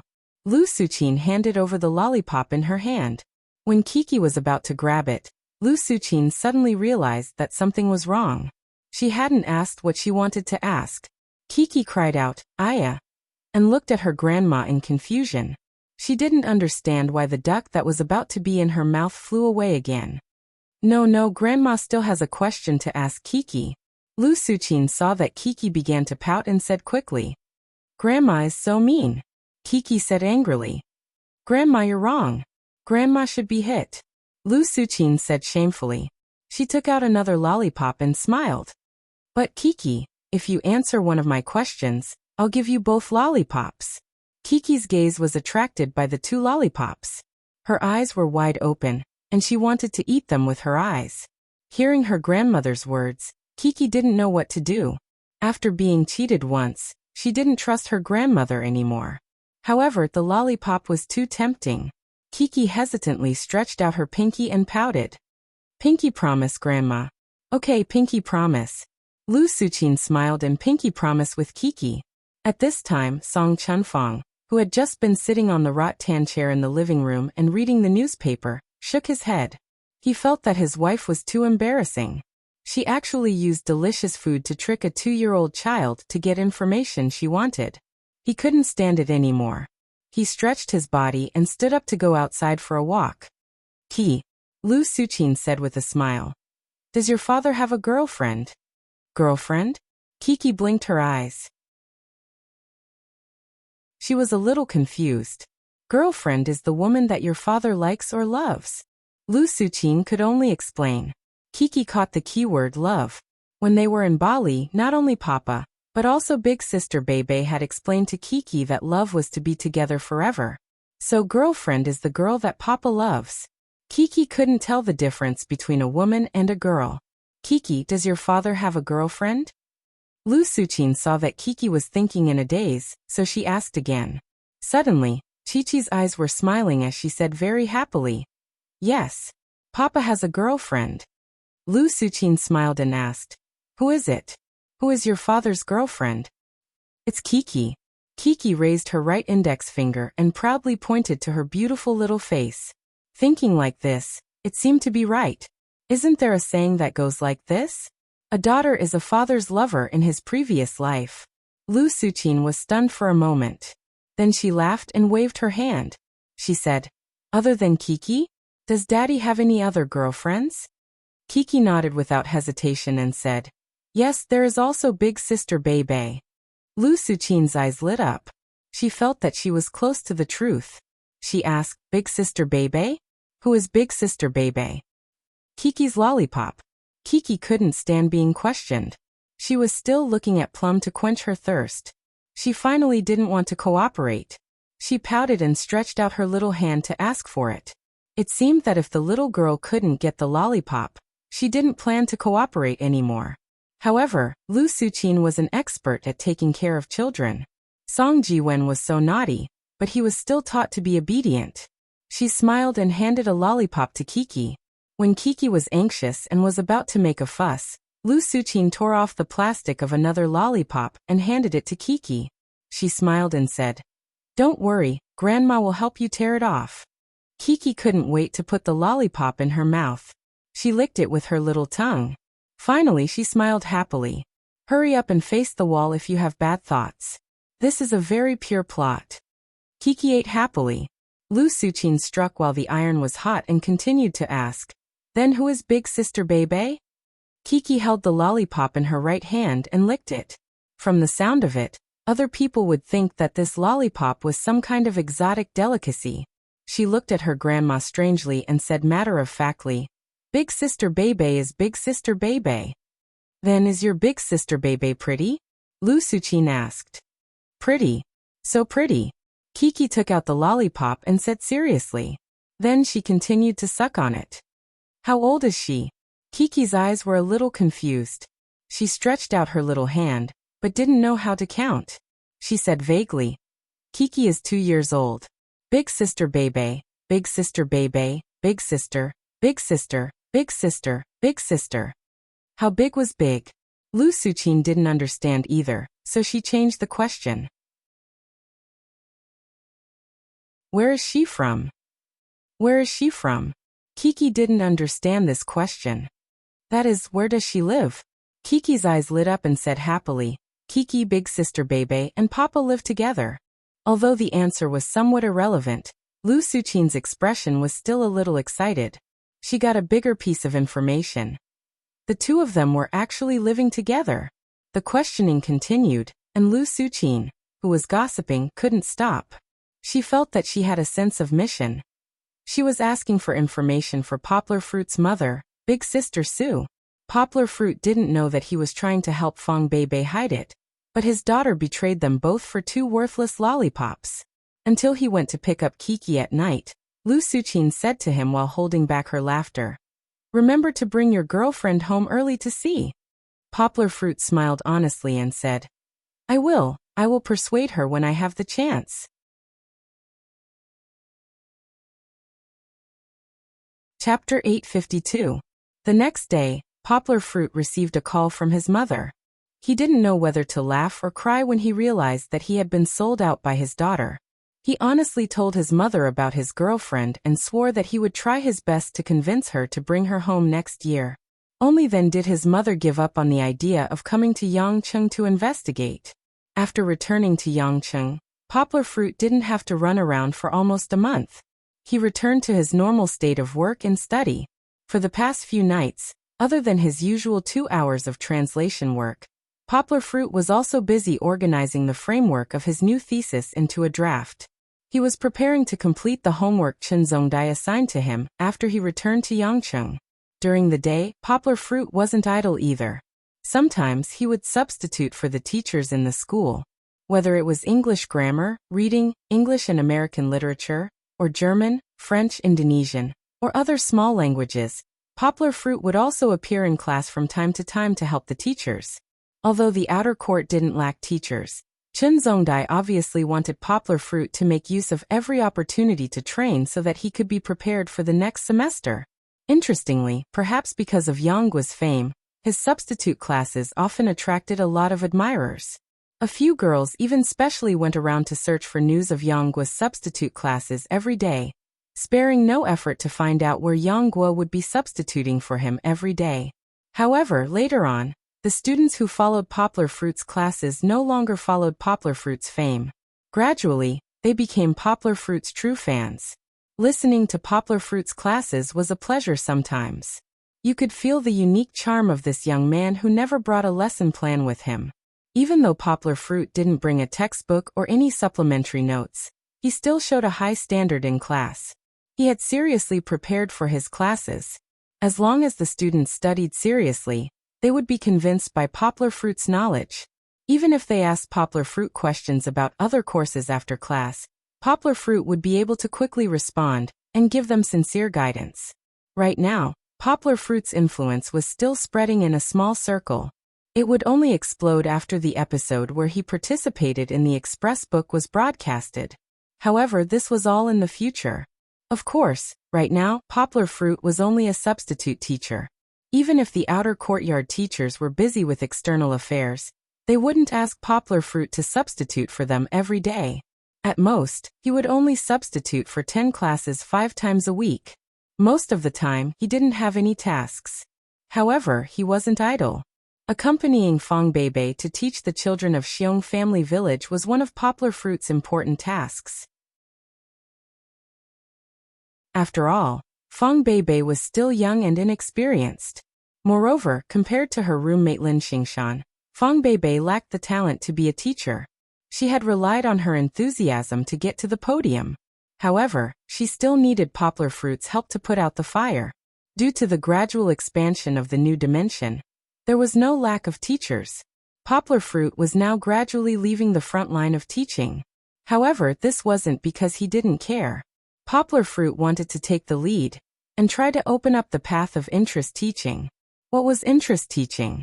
In fact, it wasn't a new thing in the city. Especially in Yangcheng, there were all kinds of interest and specialty classes. Poplar Fruit knew that due to the limitations of equipment and geography, the children of the poor mountainous areas would never be able to become all-round talents like the children of the city. However, Poplar Fruit wanted to give them such an opportunity. Therefore, when Poplar Fruit had asked Fat Dragon to design the online homework system, he had also mentioned a grand plan to integrate interest teaching into their long-distance education system. Apart from studying step by step, the children also hoped to use the internet and the long-distance education system designed by Poplar Fruit to find content that they liked to study. During the usually boring nights waiting for sleep, they would also be able to learn some special skills. Currently, the system designed by Fat Dragon and his hacker buddies had already taken shape. Although it was still in the process of improving the experience, it was already used by over 600 children every day. Previously, Xiongjiwu still had to scan the children's homework every day for the teachers to grade. Now, Xiongjiwu didn't have to work so hard. The children could directly do their homework and submit their own answers through the system. However, the interest teaching that Poplar Fruit had mentioned was still a blank. It wasn't that they couldn't find anyone. Among the students who signed up to join the Multidimensional Teaching Society in Higashiyama University, there was no lack of talented people with unique skills. For example, there was a young calligrapher whose calligraphy could be sent to the exhibition hall, a Go expert who had won the gold medal in the National University Go competition, and there were more than 5 students on the list that Wang Yuba had given Poplar Fruit. However, how would interest teaching be taught? How would interest teaching be done? This required Poplar Fruit to explore as a pioneer before they could truly integrate the resources. At present, it seemed that the best method for interest teaching was for the teacher to make a video of the class and let the students learn by themselves. If they had any questions, they could leave a message and the teacher would answer them. After all, interest teaching was different from regular classes. There might only be one teacher, and they couldn't always accompany the students who wanted to learn. The students' learning time wasn't fixed either. After all, they were using their spare time. The children in the mountains still needed to do housework. Sometimes, they would be busy at home and might not have time to go to school at night to study by themselves. Poplar Fruit would record a video lesson explaining in detail the fist technique that he had improved on Kiki's Benben fist. It would use 6 cameras to shoot from multiple angles, supplemented by editing and dubbing, so that interested children could learn by themselves. Poplar Fruit had once wanted to name this lesson as Body Strengthening Fist. After all, his fist technique didn't have obvious lethality. Its main purpose was to let the children exercise more and achieve the goal of strengthening their bodies. However, Feng Beibei said that his name wasn't as beautiful as Kiki's. In the end, he didn't change it. It was still called Benben Fist. This fist technique was developed by Poplar Fruit when he helped Chen Anlin and Song Jiwen research a new type of Tai Chi that matched the rhythm of square dancing. Before he started recording, the children in Xiong village had received the news, especially the group of naughty children led by Xiong Xiaofeng. They rubbed their hands together every day and jumped up and down to ask about Uncle Poplar Fruit's progress. However, Poplar Fruit didn't rush to start recording just because the children urged him. On the one hand, he needed time to organize the syllabus of the lesson. On the other hand, he had to run around and submit applications to establish a charity foundation dedicated to long-distance education services. The establishment of a charity foundation wasn't easy. Fortunately, Song Jiwen's father, Song Chunfang, helped him to build connections. Although Poplar Fruit ran around a lot, and the process was very complicated, he didn't encounter any difficulties.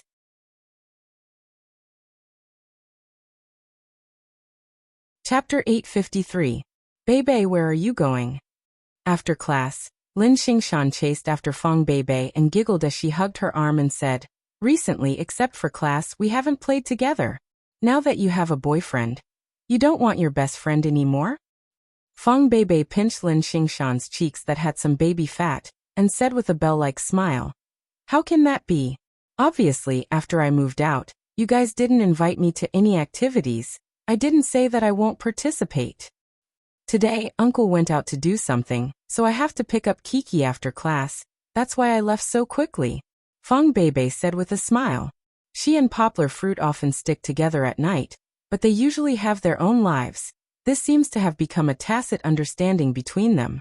Even if they are a couple or even a couple in the future, they need their own space and circle of friends. Otherwise, they will gradually lose themselves and become each other's accessory. "Then I'll go with you to pick up Kiki. Today, us three sisters will go shopping, okay?" Lin Xingshan suggested. "Okay." Fang Beibei happily nodded and said, "I haven't been to Shangjiu for a long time. I also want to buy Kiki some good-looking headbands." Boys shopping is generally more purposeful, while girls shopping, they enjoy the process. Don't look at how Fang Beibei talked about Kiki's headbands.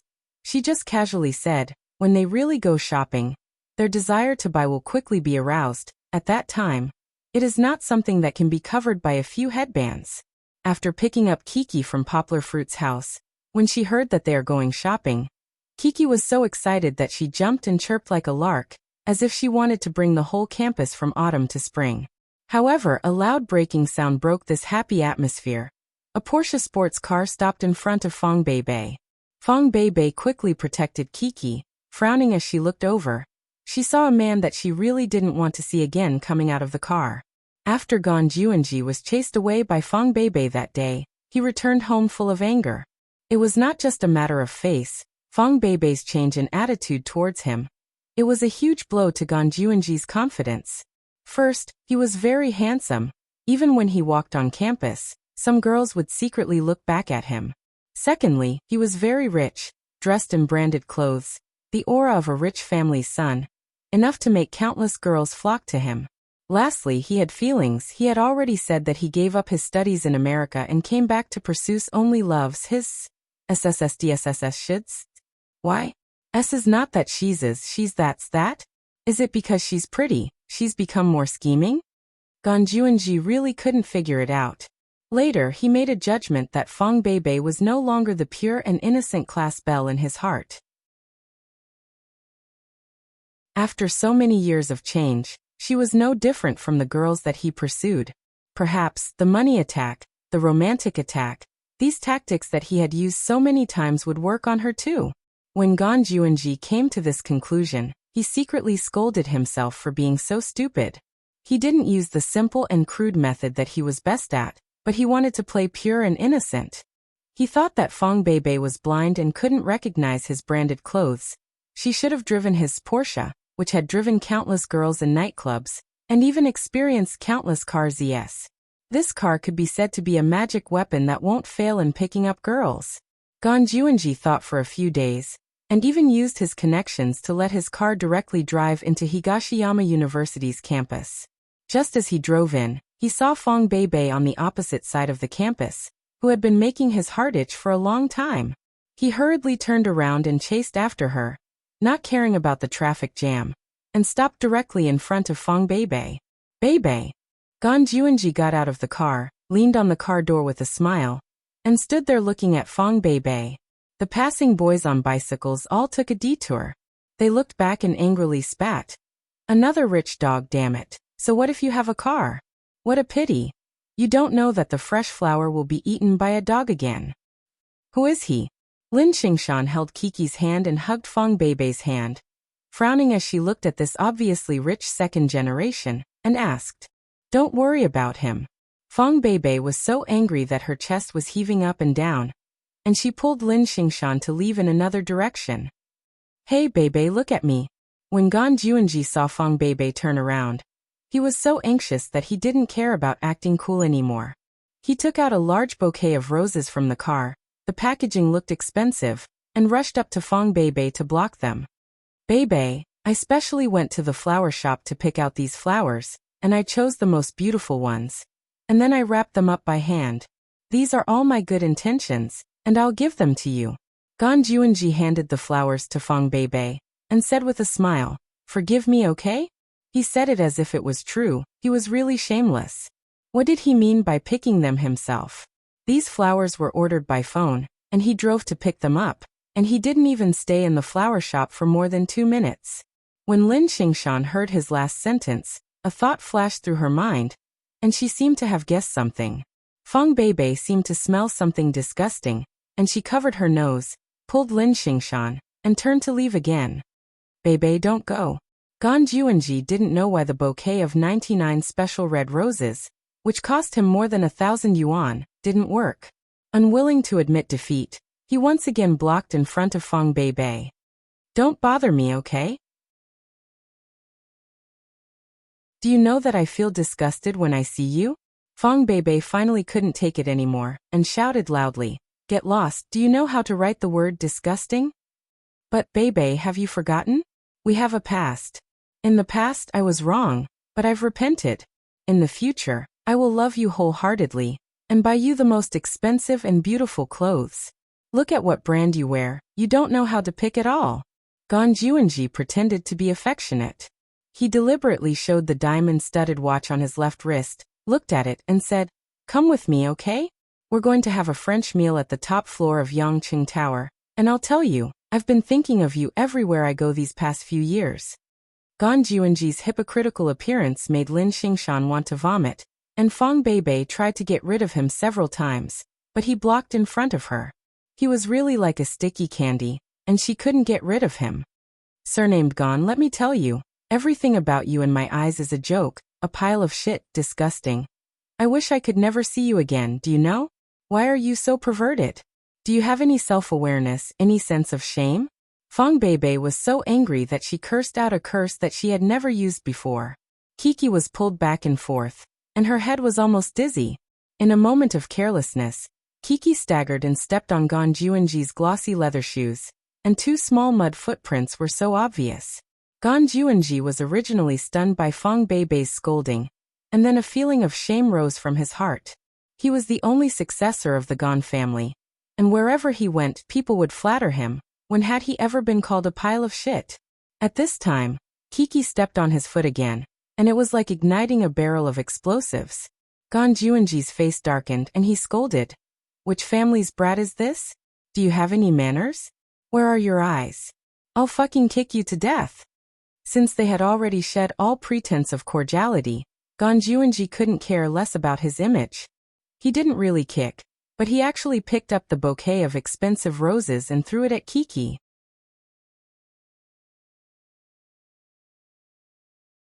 Chapter 854. Papa. Poplar Fruit was handling the foundation's public account at the bank counter. Suddenly, his heart twitched violently, as if there was a shout that broke through time and space and hit his mind. Poplar Fruit's pupils narrowed slightly, and a monstrous momentum rose. However, this momentum was just a flash. Because in the blink of an eye, Yangwu didn't feel the panic she felt just now. Was it an illusion? Poplar Fruit was puzzled. The same feeling also appeared on the bank counter girl sitting in front of him. Although her head was lowered, she suddenly felt frightened, as if a man-eating monster had suddenly appeared in front of her. However, when she raised her head, this feeling disappeared again. In front of her was still the tall and handsome man, who was gentle and elegant. Looking at him, her heart would beat faster, but it was no longer because she was afraid. Although Poplar Fruit no longer felt panic, he was faintly uneasy, because he knew that his sixth sense had always been very accurate, and it had even saved him in many dangerous situations. Something must have happened to Kiki. There was not much left.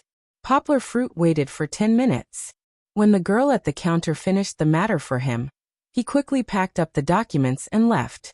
As soon as he got back to the car, Poplar Fruit anxiously picked up his mobile phone and called his wife, but his wife told him that Fang Beibei had already taken Kiki back. Poplar Fruit called Fang Beibei, but Fang Beibei's mobile phone could not be reached. What was going on? Fang Beibei was the same as him. They had the habit of not turning off their mobile phones. Even in the middle of the night, their mobile phones were turned on. How could it not be reached? She was not in class now, so it should be possible that it could not be reached. In a hurry, Poplar Fruit stepped on the accelerator, and the Land Rover roared and went through the long traffic flow. The speed of the car was not slow, and he frequently changed lanes. Fortunately, his reaction speed was super fast, and he was also agile. The car swayed like a flexible fish and always maintained a very high speed. On the way, Poplar Fruit kept calling Fong Beibei, but it did not get through. He became more and more anxious, and his heart was filled with worry for his girlfriend and daughter. He wasn't rushing aimlessly. He had a vague feeling that Chi-Chi should be in the direction of his home. Poplar Fruit estimated that he would get a lot of tickets on the way, but he still hurried back to the teacher's apartment. He ran upstairs quickly. When he opened the door, he heard Kiki's crying, and the atmosphere in the room seemed to be very depressed. Hearing the sound of the door, Lin Xingshan, who was holding Fong Beibei, turned her head in surprise. Kiki slipped down from the sofa, ran quickly to her father, and threw herself into her father's arms with a crying voice. Kiki was fine, but her face was full of tears, and her big eyes were still filled with tears.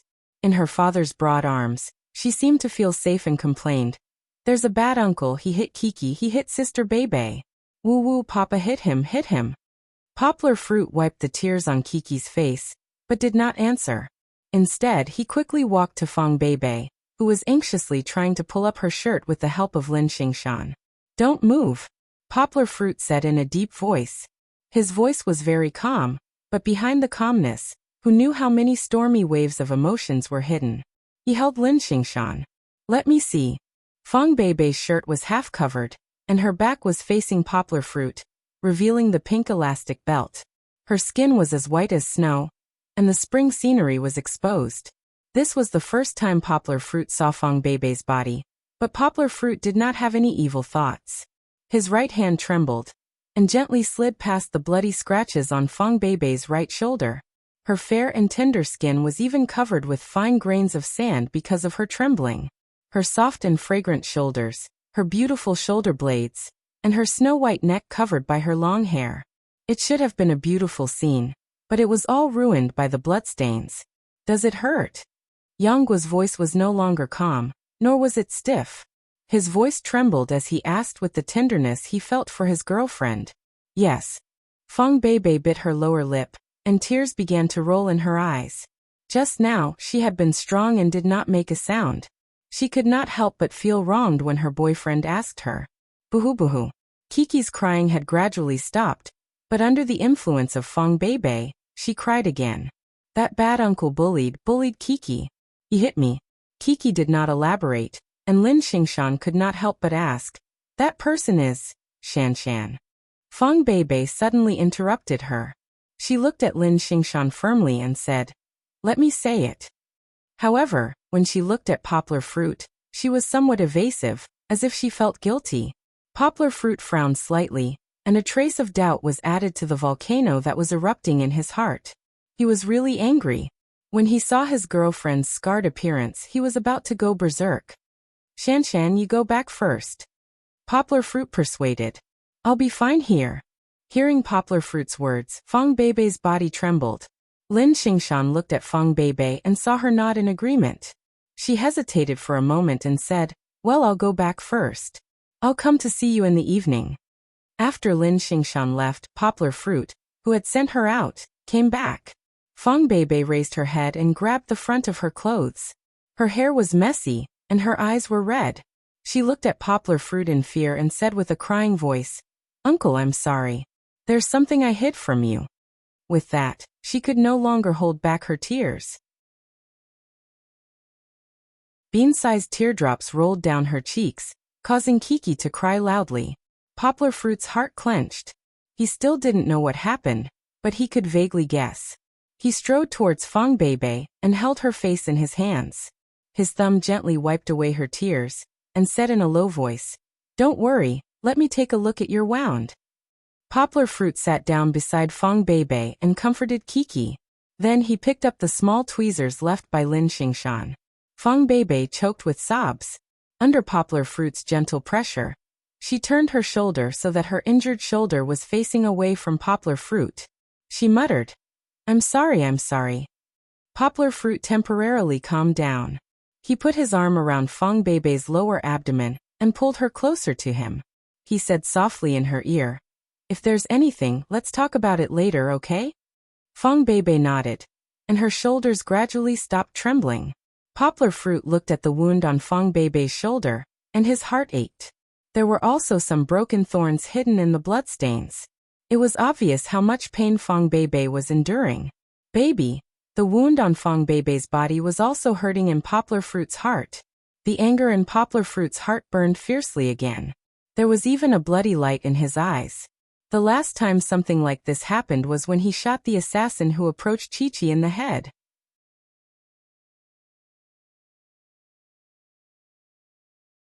Chapter 855. When she found out, Fong Beibei had already been in high school for a semester. From Gan Juanji's junior high school classmate, Fong Beibei saw Gan Juanji's space.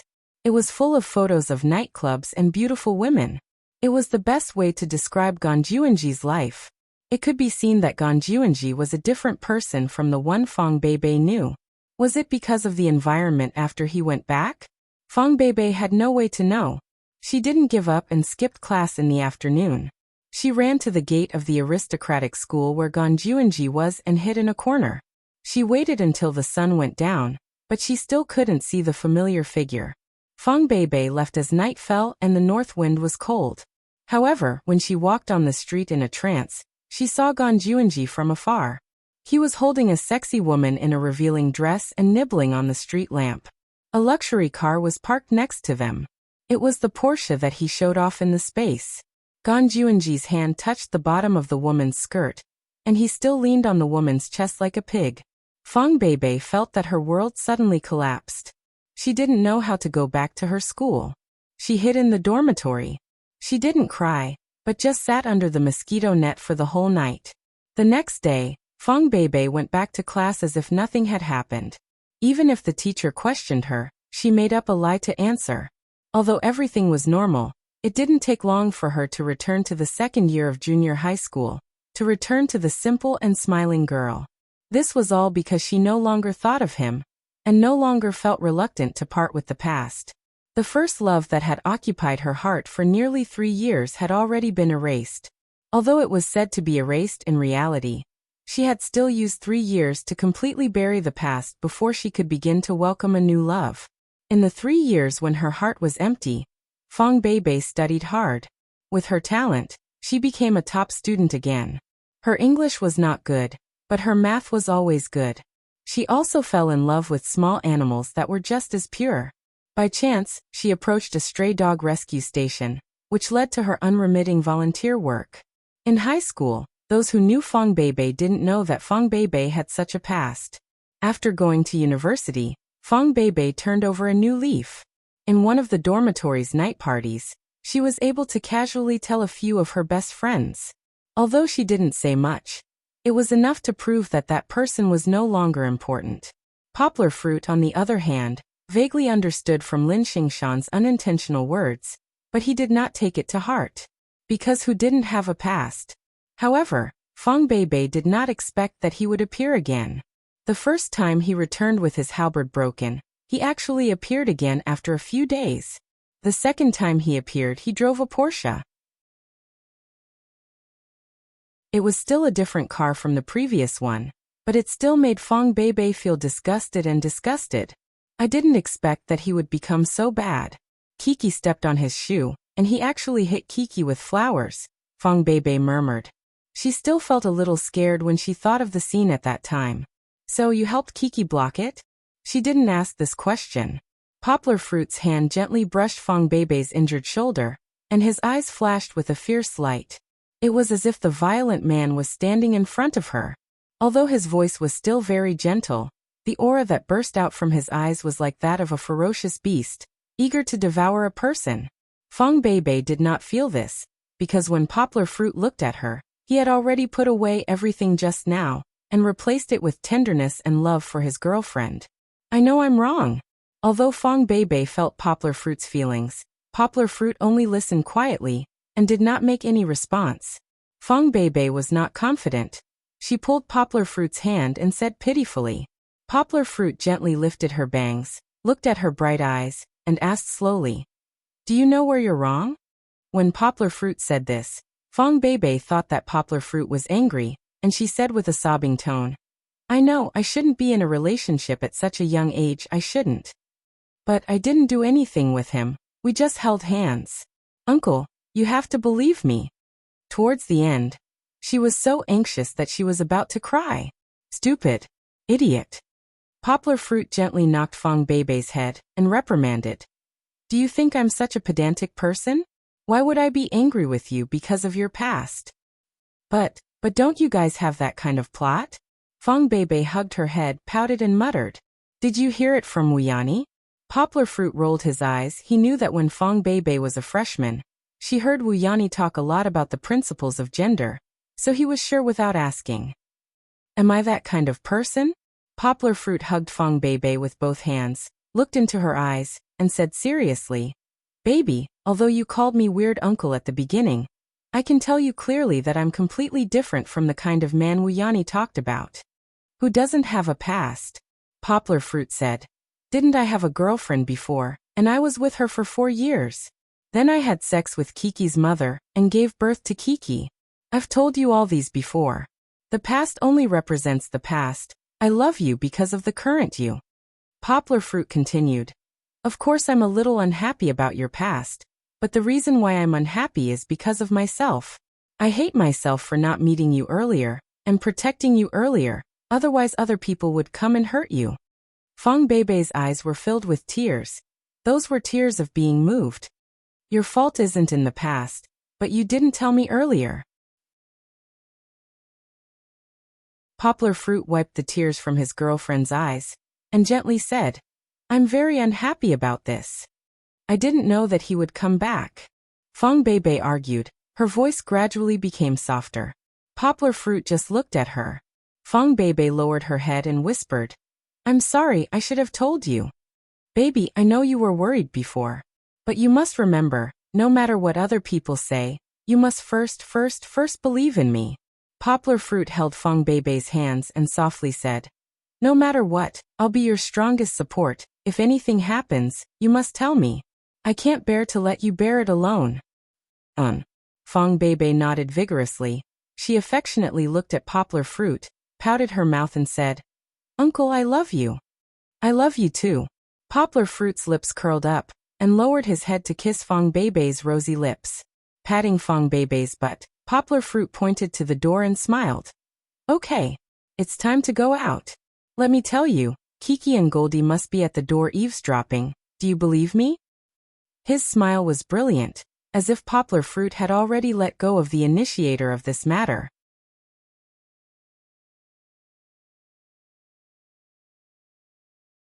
Chapter 856. Poplar Fruit comforted Fong Beibei and Kiki, and asked them to take an afternoon nap. Kiki had her lunch, but Fong Beibei did not eat.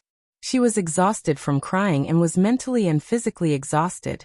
Chi-Chi, on the other hand, was fine. Although she was crying, she wasn't really affected by it. On one hand, Fong Beibei had helped to block the damage. On the other hand, compared to the disasters she had experienced before, this was just a small matter. However, Fong Beibei was affected. She was too insecure. She was entangled with Poplar Fruit and hugged Poplar Fruit tightly. Poplar Fruit sat on the bed and stayed with her until she fell asleep. Walking out of the bedroom, he quietly closed the door. Yanggua turned around, his eyes flashing with a sharp light. At this moment, his body was overflowing with a murderous aura. Although he still had the appearance of a scholar, refined and cultured, those who had truly touched blood would not be unfamiliar with him. Poplar Fruit had the intention to kill. Poplar Fruit was a scholar, but in reality, he was also a martial artist.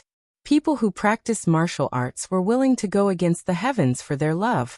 Looking at his previous achievements. The first time he fought, he killed a robber at the bank with his fists. The second time he fought, to save Kiki, he took a risk and blew off the killer's head with a bullet. The third time he fought, Kiki was kidnapped, and Poplar Fruit chased after the motorcycle.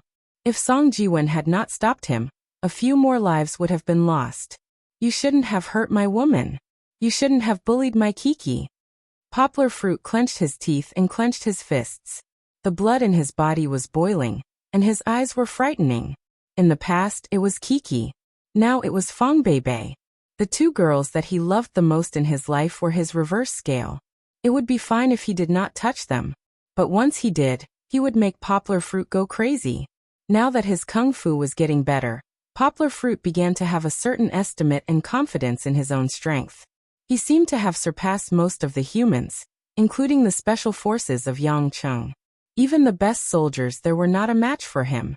To deal with a person, Poplar Fruit could think of many ways to kill the other party. It was even possible to do it without anyone noticing. Using his internal energy as an example, his internal energy could save people, but it could also hurt people. He could condense his inner strength and transform it to invade the opponent's internal organs, blocking their meridians and creating the illusion of death due to myocardial infarction. Poplar Fruit was confident that it would be undetectable even with the current equipment. It could be said that if Poplar Fruit were to become an assassin, he would definitely have a better future than staying in school as a scholar or a teacher. Luckily, Poplar Fruit was not a bloodthirsty person. He would only take action for the people that he loved. Now, even if Poplar Fruit was furious, he had not lost his rationality. Right now, Poplar Fruit knew nothing about Ganjuanji. He needed to know himself and his enemy before he could give the other party a fatal blow. Taking out his phone, Poplar Fruit dialed Song Jiwen's number. He hesitated for a moment, but did not dial it in the end. I shouldn't have let Mosquito get involved in this matter. Poplar Fruit shook his head lightly and changed to Fat Dragon's number. Boss Fruit, why are you so free today to look for me? Fat Dragon cheekily said. Poplar Fruit could hear his wife beside him urging him to eat lunch. Let's find a quiet place. I have something to ask of you. Poplar Fruit said in a deep voice. Fat Dragon was stunned for a moment. He rarely heard Poplar Fruit speak in such a tone. He muttered, not good, Poplar Fruit's mood is not right. Should I inform old Xiong? Xiong Kahu had trained him in every possible way on the mountain. As a result, Fat Dragon had lost a lot of weight after leaving the mountain. Although Fat Dragon was in so much pain that he wished he was dead, his body had indeed improved a lot. Fat Dragon still respected and appreciated the old man. Forget it. Fat Dragon shook his head and said to Poplar Fruit on the phone, wait a moment, I'll call you back. After a while, Fat Dragon changed to an encrypted phone number and called back. Help me check on a person. His name is Gan Juanji. I think he's the heir of Gan's paper industry. Poplar Fruit had checked on his phone before. I need his address and his recent activities. Fat Dragon was silent for a moment. He thought of the old man on the mountain who had boasted that he had killed many South Vietnamese soldiers. Once again, the old man had unintentionally revealed that Poplar Fruit's kung fu was very powerful in order to encourage him. Fruit, it's not difficult to give you this information. But I want to ask you, how did he provoke you? Fat Dragon asked hesitantly. He hurt baby, Poplar Fruit said coldly. Baby? Kiki? No, my girlfriend, Poplar Fruit said. Fat Dragon was even more confused now. He stammered and didn't know what to say. Scared. Poplar Fruit smiled and said, where did the hacker who wasn't afraid of anything go? I'm just worried about you. What's there to be afraid of? Fat Dragon was provoked by Poplar Fruit and said angrily, it's easy for me to get this information for you. You don't have to worry about me. I know what I'm doing. Poplar Fruit said indifferently. You find his trace. I can handle the rest. Fat Dragon felt a little scared. He was frightened by Poplar Fruit's current state. Poplar Fruit had never spoken to him like this before. Even when he asked him to find Han Tao's and Liang Huaxing's father's information, Fat Dragon didn't feel that Poplar Fruit's tone was so cold. He hit my woman and almost hurt Kiki, Poplar Fruit said concisely. He didn't want to say more. Okay. I'll check it out. I'll let you know if there's any news. Fat Dragon gritted his teeth. He could understand Poplar Fruit's anger. He was originally a hacker with a chivalrous heart. Now that he was provoked by Poplar Fruit again, he decided to play along with Poplar Fruit. After putting down the phone, Poplar Fruit cooked a pot of porridge. He ate most of it himself and left 2 bowls of porridge in the pot for Fang Beibei. Poplar Fruit did nothing but sit cross-legged on the sofa to cultivate his internal strength. Although his internal strength could be cultivated automatically, it was very slow because of the excessive consumption. He needed to recover as soon as possible so that he could treat Feng Beibei as soon as possible. At that time, Gan Juanji was in a violent mood and threw the rose in his hand at Kiki. He was dizzy. When he came back to his senses, he saw Feng Beibei's shoulder covered in blood standing in front of Kiki. Lin Xingshan angrily pointed at him and scolded him. Gan Juanji didn't hear clearly what she said. He was very flustered. He didn't expect this to happen. Not only Lin Xingshan, but the surrounding students also saw his violence. They looked at him with unfriendly eyes and were ready to surround him.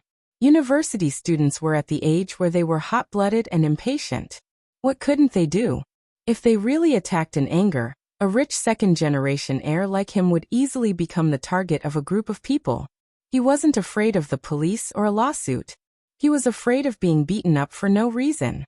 Gan Juanji ran back to his car in a panic and quickly left the scene. He felt that he didn't have the face to appear in front of Feng Beibei again. He might as well continue his life of debauchery and stop worrying about this woman who had become so difficult to get. Anyway, he hit her. Her family didn't have money or power. What could they do to him? Gan Juanji didn't know that he had provoked an enraged god of death.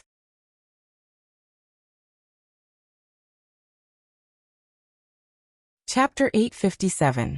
Feng Beibei seemed to have become a lot bolder after experiencing the entanglement during the day. At night, she was not as tightly dressed as she usually was. After taking a shower, she only wore a camisole and swayed in front of Poplar Fruit. It was still warmer in the house, otherwise he would catch a cold. Poplar Fruit was a little overwhelmed by the vacuum, especially when she hugged Poplar Fruit's arm. Her cold and smooth skin was pressed against his warm arm. It was so comfortable that Poplar Fruit wanted to cry out. Poplar Fruit stretched out his right hand and rubbed Feng Beibei's bangs. He said helplessly, "What's wrong? Are you seducing me again? Aren't you afraid that I'll eat you up?" Feng Beibei's eyes were like the bright river of stars that Poplar Fruit saw in his hometown. She smiled and hugged Poplar Fruit's arm in her arms. She said slyly, "I gave you a chance but you didn't want it. Now it's gone. You can't eat it, you can't eat it." Through the thin camisole, Poplar Fruit felt amazing softness and comfortable elasticity. Poplar Fruit was helpless. He pinched her face and pulled his hand away. He sighed and said, "I'm not playing with you anymore. I can only look but not eat it. I'm so happy." Hee. Feng Beibei lay down on the sofa and happily watched Poplar Fruit walk to Kiki. She watched him play a drawing game with Kiki. But after a while, Poplar Fruit was driven away by the angry Kiki waving her crayon. The little girl pouted and stomped her feet. "Oh, Papa is bad." Poplar Fruit's drawing skills were ordinary, but he liked to teach others. Moreover, he always wanted to add some inexplicable lines and patterns on Kiki's original drawings, which annoyed Kiki. Feng Beibei watched from the side, grinning from ear to ear. "You don't have to do homework today." Poplar Fruit glared at her and said, "Hurry up and study. Why are you so free?" "I hurt you." Feng Beibei covered her right shoulder, looked at Poplar Fruit pitifully and said, "I'm not going to study today." "So be it." Poplar Fruit didn't want to urge her at all. He was just putting on airs just now. The phone rang. Poplar Fruit's pupils shrank slightly. How could it be so fast? He walked towards the desk where his phone was placed. Feng Beibei poked her head over and asked, "Who's calling you so late?" Poplar Fruit didn't hide it and said, "It might be Fat Dragon, let me see." Feng Beibei knew that Fat Dragon was helping Poplar Fruit with the remote teaching system, so she didn't think much of it. Picking up the phone, Poplar Fruit was surprised to see that it wasn't Fat Dragon calling, but, "Teacher He? How could a busy man like him have time to call him?" Poplar Fruit looked at the phone strangely and said to Feng Beibei, "It's Teacher He." Feng Beibei quickly got up and ran to Poplar Fruit's side. She urged excitedly, "Hurry up and answer it. What are you hesitating for?" All right, Poplar Fruit planned to take it to a quiet place on the balcony to answer it. Seeing his girlfriend so excited, he took it to the sofa and answered the phone. "Hello, Teacher He?" Poplar Fruit immediately felt Feng Beibei kneeling on the sofa.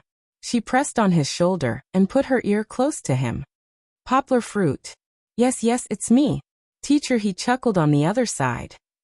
It's really teacher he. Fong Beibei was excited. She grabbed Poplar Fruit's shoulder and shook it as she babbled. It's really teacher he. Teacher he's ears were very sensitive. He smiled and asked, Is there someone else beside Poplar Fruit? Is it Kiki? Poplar Fruit stared at Fong Beibei, who was causing trouble, and said, No, it's my girlfriend. She's your fan. She was so excited when she saw you call. Don't mind her. Oh, teacher, he laughed. Why would I mind? What's her name? Poplar Fruit held the phone close to Fong Beibei. She said nervously into the phone, Hello, teacher he. My name is Fong Beibei. I'm Poplar Fruit's girlfriend. Beibei, hello. Teacher, he laughed. I'm Poplar Fruit's friend. You don't have to be so formal. Yes, yes. Fong Beibei said that, but she was still nervous in front of her idol. Fortunately, her phone also rang. Fong Beibei returned Poplar Fruit's phone to Poplar Fruit. She jumped off the sofa and ran to the bedroom to answer the phone. After chatting with teacher he for a while, Poplar Fruit found out why he was looking for him. The show that Poplar Fruit recorded last month was going to be broadcast tomorrow night. Half a month passed in the blink of an eye, but the recording felt like it was just last night. Teacher he told Poplar Fruit that they would be promoting the show. Poplar Fruit didn't have a management company and wasn't considered an authentic person in the entertainment industry, so he didn't need to work hard to promote the show. However, he still hoped that Poplar Fruit would repost their Weibo. At least, it would show his existence. It wasn't a big deal, so Poplar Fruit agreed with a smile. After hanging up the phone, Poplar Fruit logged into Weibo. He hadn't been on Weibo for a long time because of a lot of things. As soon as he logged in, there were a lot of notifications.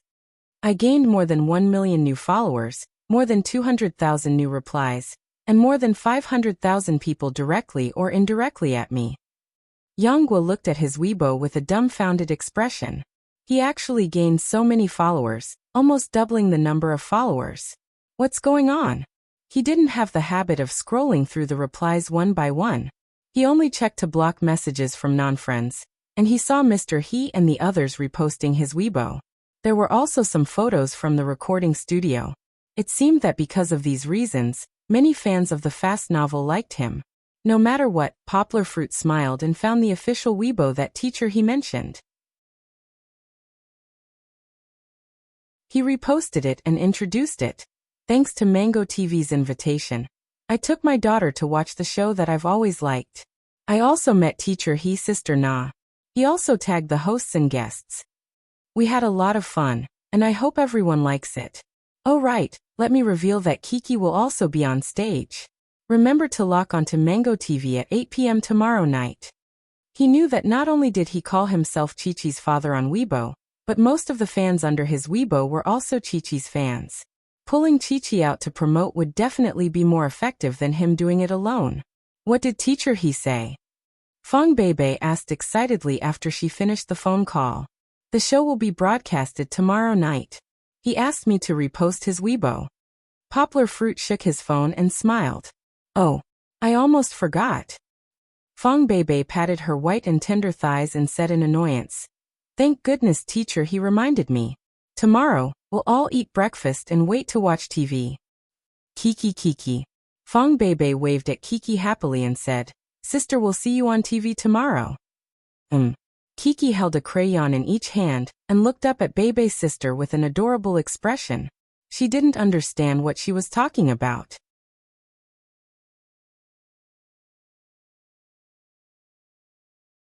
Chapter 858.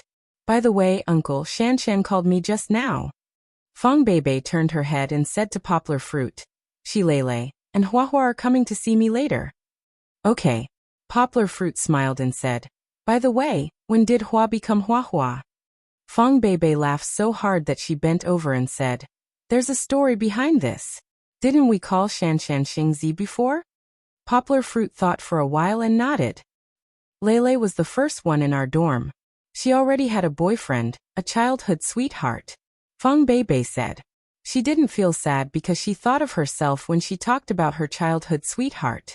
When she was with Poplar Fruit, the past was really like a fleeting cloud. I know. Poplar Fruit smiled and nodded, saying, "You told me before." "Then it was me." Fong Beibei smiled and pointed at herself. She seemed to be a little proud and said, "I'm with you too." "Then it's Wuyani?" Poplar Fruit guessed. He smiled and asked, "What do you call her?" "Nini." Fong Beibei smiled and said, "She also moved out." "What about Shanshan?"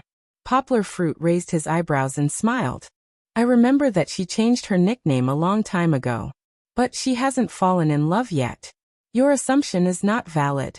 He didn't expect that my daughter, who studied the truth of mathematics, also liked to talk about these irrelevant topics." Fong Beibei patted Poplar Fruit's arm and said unhappily, "How do you know that Shanshan hasn't fallen in love? Only a blockhead like you didn't realize, okay? You don't even care about the situation of the members of your club. Let me tell you, it's not done yet, but looking at Shanshan's expression, I think she's about to accept it." Poplar Fruit opened his mouth and asked in confusion, "Who is it?" "Senior Marshal Brother Wang Yuba." Fong Beibei's reply made Poplar Fruit a little dizzy. Wang Yuba is chasing after Lin Xingshan? Why hadn't he noticed it before? However, Poplar Fruit thought about it carefully, and it seemed to be true. Although Wang Yuba was very active before, he seemed to be even more active when Lin Xingshan appeared. Moreover, they often wandered around the classroom where Lin Xingshan was teaching. Poplar Fruit told Fong Beibei about his previous observations and smiled. "So that's what happened. I was wondering why this kid would pretend to be serious sometimes. But if Shanshan is with him, it wouldn't be bad. Wang Yuba might seem irrelevant usually, but in reality, he's quite a reliable person." Fong Beibei nodded and smiled. "Yeah, Huahua said that she'll be the only single person in our dorm soon, so she needs to change her nickname and change her luck, so that she can get married soon." Huahua. Poplar Fruit was used to this nickname and smiled. "She looks quite good, so there should be a lot of hope. Do you want me to introduce a few guys to her?" "No need. You don't have good taste in men." Fong Beibei waved her hand and said disdainfully, "But you have a task now, which is to pick them up at the school gate. At night, it's all girls, so it's not safe." "That's definitely not a problem." Poplar Fruit packed up and went out to pick them up. Goldie also followed him. It didn't have a chance to go out today, so it had been cooped up in the house for a long time. When Fong Beibei's roommates came back, it was already past 8 o'clock. Among Fong Beibei's roommates, except for Wuyani, who lived outside and gradually became estranged, all of them rushed over. When they heard Lin Xingshan say that Fong Beibei was injured, they were very anxious and wanted to come over to take a look. "The house is a little small, don't mind," Poplar Fruit said with a smile. He opened the door with the key, and Fong Beibei had already jumped down from the sofa happily. Kiki curiously hugged Fong Beibei's calf and watched from behind. "Sister." Kiki's eyes lit up, and she called out in a clear voice. There was no need to mention how happy the little fellow was to have a familiar visitor. Poplar Fruit was busy finding slippers for them. Fong Beibei wanted to help, but she was stopped by several roommates. "Beibei, you are seriously injured. How can you do these things? Don't move around. Let us see, how is your injury?" The girls all surrounded Fong Beibei and pulled her to sit on the sofa. Lin Xingshan was at the outermost circle. She held Kiki and also looked over. Poplar Fruit became a peripheral figure. He shook his head, took out a few disposable cups, went to the kitchen to wash them, and poured water for them. "Ouch! It hurts. Beibei, are you in pain?" The girls' cries of alarm rose and fell one after another. They must have seen the scars on Fong Beibei's right shoulder, which hadn't completely scabbed over yet, so they still looked as red as blood. No wonder they were so scared and heartbroken. "No, it doesn't hurt anymore." Fong Beibei smiled and comforted them. "Uncle helped me deal with it. It will be fine in a few days." Lu Ruhua was the most emotional. She took Fong Beibei's hand and said with red eyes, "Who hit you so hard? Look at this wound. What if it leaves a scar?" "It's okay." Fong Beibei had to comfort her. She was also a little scared. She reluctantly smiled and said, "Uncle said it won't leave a scar. And even if there is a scar, Uncle will not dislike me, right?" The girls all looked at Poplar Fruit, who was carrying water and putting the cup on the tea table. Poplar Fruit smiled and said, "Of course. Don't worry, it won't leave a scar. Trust me," Poplar Fruit said firmly while pouring water. His voice was not loud, but it gave the girls a lot of confidence. "If you ask me, the person who hit Bebe is a bastard. Compared to our brother Yang, he is far worse," Lin Xingshan said angrily. "It's a big bad guy." Kiki nodded vigorously and said, "Pleasant Goat will defeat him." She could finally continue the conversation with the adults. Thinking about that big bad guy during the day, Kiki was disgusted. "I think he's a scumbag. This kind of person should be struck by lightning." Lu Lei's temper was a little irritable. She angrily scolded. Feng Bebe quickly pulled her and said, "There are children here. Don't say such unpleasant things." Poplar Fruit scratched his head and said with a smile, "How about this, you sisters chat? I'll take Kiki to take a bath." "No, I want to play with my sisters." Chi-Chi pouted and shook her twin ponytails as she refused to comply. "If you don't take a bath, your body stinks. The sisters don't want to play with you," Poplar Fruit said with a smile. "Who would like a stinky Kiki?" "Woo, Kiki is not stinky." Kiki pouted but still obediently came down from Lin Xingshan's arms and went to take a bath with her father.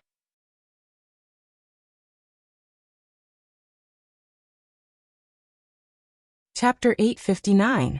Feng Bei's roommates chatted with Feng Bei for almost an hour. They left reluctantly because Kiki was about to go to bed.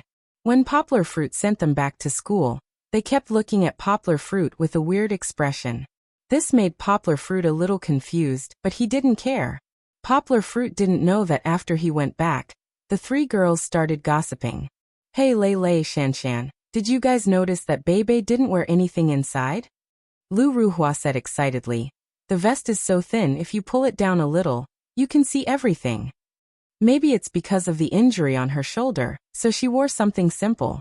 Otherwise, it would be very painful to pull on the wound, Lin Xingshan said with a smile. "How could it be?" Lu Ruhua said disdainfully. "There's definitely something going on inside. You didn't see it when Bei hugged Kiki. Brother Yang helped her pull the corner of her clothes. It was so casual, as if we were holding hands. Bei is so conservative, it's not like we haven't seen it when we were freshmen. She didn't even want to wear underwear in the dorm," Lu Lei said with a smile. "Actually, it's very normal. The two of them are living together. What can't they do?" Lu Ruhua seemed to have found a like-minded friend. She happily pulled Lu Lei's hand and said, Yes. I think Bei must have done it before." "Aya. What you said is so unpleasant. What do you mean by before?" Lu Lei said with a smile. The two of them started to play around. "No way, I don't think Bei would have done it so early." Lin Xingshan, who was on the side, weakly defended her best friend. "What don't you know?" Lu Ruhua smiled and said, "Let me tell you, Bei is very conservative, but her attitude towards Brother Yang is different. Didn't you see the look in her eyes? It was so sweet that it almost melted." Lu Lei nodded and said in agreement, "Actually, it's nothing. The two of them are very close, so it's normal for them to progress quickly." Lin Xingshan was dumbfounded and found it hard to accept. "That's not fast enough. Let me tell you, Nini was no longer a virgin when she came back from the winter vacation at the beginning of this year," Lu Ruhua said mysteriously. "After she broke up with her boyfriend, she told me that she regretted giving herself up too quickly. However, she was like this. Didn't she run out and live with someone else this time? I think Nini will probably come back. That man is not a good person either. Fortunately, Big Brother Yang is a good person," Lin Xingshan said with some fear. Lu Ruhua nodded and said, "Bei's luck is good. She found a good man who is famous, talented and rich. Although he has a daughter, he is really good to Bei." Lu Lei smiled and said, "Okay, don't be envious of others. You should hurry up and find a boyfriend. You look thirsty all day long." The few girls talked and laughed all the way back to the dormitory. On Poplar Fruit's side, he returned home a little late because he received another phone call on the way. Fat Dragon. He gave Gon Juanji's address and helped Poplar Fruit remotely install a GPS positioning system in his mobile phone. Poplar Fruit could use this positioning system to locate Ganjuanji's location, as long as he was holding the mobile phone. This time, Fat Dragon's actions were much faster than before. It was mainly because Ganjuanji's background was more prominent. Gan's Paper was a well-known leading company in Guangdong province in the 1990s. Although it felt like the sun was setting, it still had a market value of more than 1 billion yuan. Ganjuanji was a very flamboyant person, but his brain wasn't as smart as he appeared to be. Fat Dragon easily found his information from a dating website. Then he cracked his various social accounts. This guy used the same password, and cracked his mobile phone and other personal communication devices. Things went so smoothly that even Fat Dragon couldn't believe it. In the middle of the night, Poplar Fruit suddenly opened his eyes. He had slept for 3 hours, and at this time, it was only a little over 1 o'clock in the morning. Usually, Poplar Fruit would go to the living room to write and translate, but today was different. Poplar Fruit's eyes flashed with a cold light. It's time to avenge the baby. When Fong Beibei slept, not only was she in his arms, but she also hugged his hand very tightly. Poplar Fruit carefully pulled his arm out of her chest. Of course, he also touched the 2 soft lumps of flesh, which made Poplar Fruit's heart tremble slightly. Now wasn't the time to think about this. Poplar Fruit came out of the bedroom quietly. Before he came out, he pulled out a small luggage bag from the bottom of the closet. When he came to the living room, Poplar Fruit opened the luggage bag and revealed the tights inside. In fact, this was a set of matte Batman clothes. After removing the fancy cape and eye straps, it was a qualified night suit. Poplar Fruit bought it in the United States because of his love for Batman. He didn't expect it to come in handy now. After he took off his underwear, Poplar Fruit began to put on the night suit.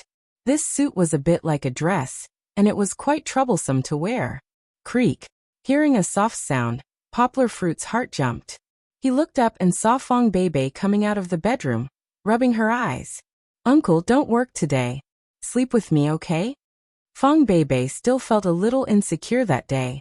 After Poplar Fruit left, she had a nightmare and woke up in shock. Then, she ran to the living room to look for Poplar Fruit. "Uncle? What are you doing?" Fong Beibei looked at Poplar Fruit dumbfounded. She saw that he was wearing a black tights, and that he was pulling the zipper up from his chest to his neck. "Ahem," Poplar Fruit said awkwardly. "I just went out for a walk."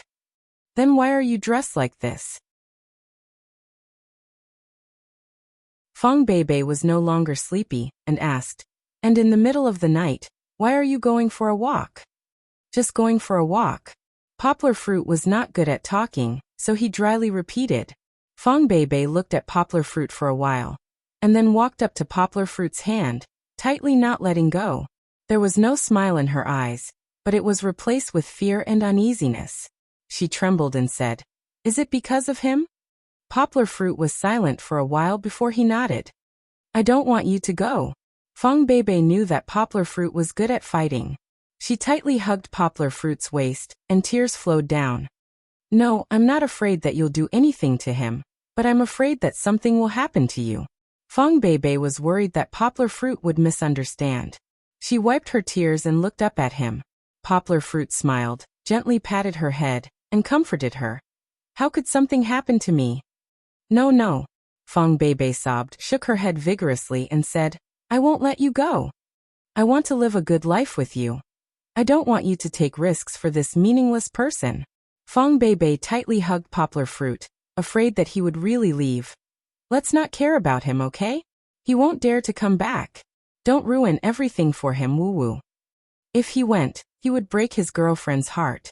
If he didn't go, he would not be willing to let go of that bastard who hurt his most beloved person. The road ahead was turning, one step into a devil, one step into an immortal. How should Poplar Fruit choose?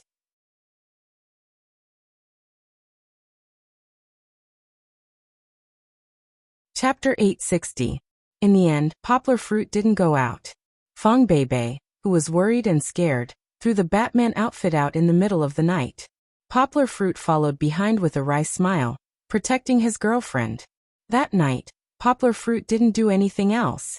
He slept with Fong Beibei the whole night. She was especially afraid that Poplar Fruit would sneak out at night, so Poplar Fruit wanted to work in the living room, but she insisted on lying on the sofa and sleeping in Poplar Fruit's arms. Poplar Fruit could only obediently put away his computer. Ganjuanji didn't know that he had just walked through the gates of hell. That night, he called 2 nightclub beauties back to his high-end hotel-style apartment for a threesome. If Poplar Fruit had arrived on time, he could have created the illusion that he had died of exhaustion on top of a woman. It was only because Fong Beibei was kind-hearted that Poplar Fruit decided to let him go. However, if he touched Fong Beibei or Kiki again, Poplar Fruit wouldn't let him off. The next day, Poplar Fruit woke up Fong Beibei and Kiki, and the whole family drove to exercise. Although it was called exercise, it was actually more like they were going to support Song Jiwen and Chen Anlin. Today was the first time they were going to compete with the plaza dancers. However, when they got there, Poplar Fruit felt that the 3 of them weren't enough. The cultural plaza was very big. Hundreds and thousands of old ladies and grandpas gathered together to dance and play with swords. They were having a lot of fun. After finding Song Jiwen, Poplar Fruit once again felt that his family's visit was really unnecessary. What the fuck? Song Jiwen had somehow managed to gather a group of over 20 middle-aged women from out of nowhere. They were dressed very conspicuously. Poplar Fruit could see that many of the old men's eyes were restless. Fuck mosquito, where did you get them? Poplar Fruit grabbed Song Jiwen and whispered. Not bad. This momentum, this outfit, you must have spent a lot of money, right?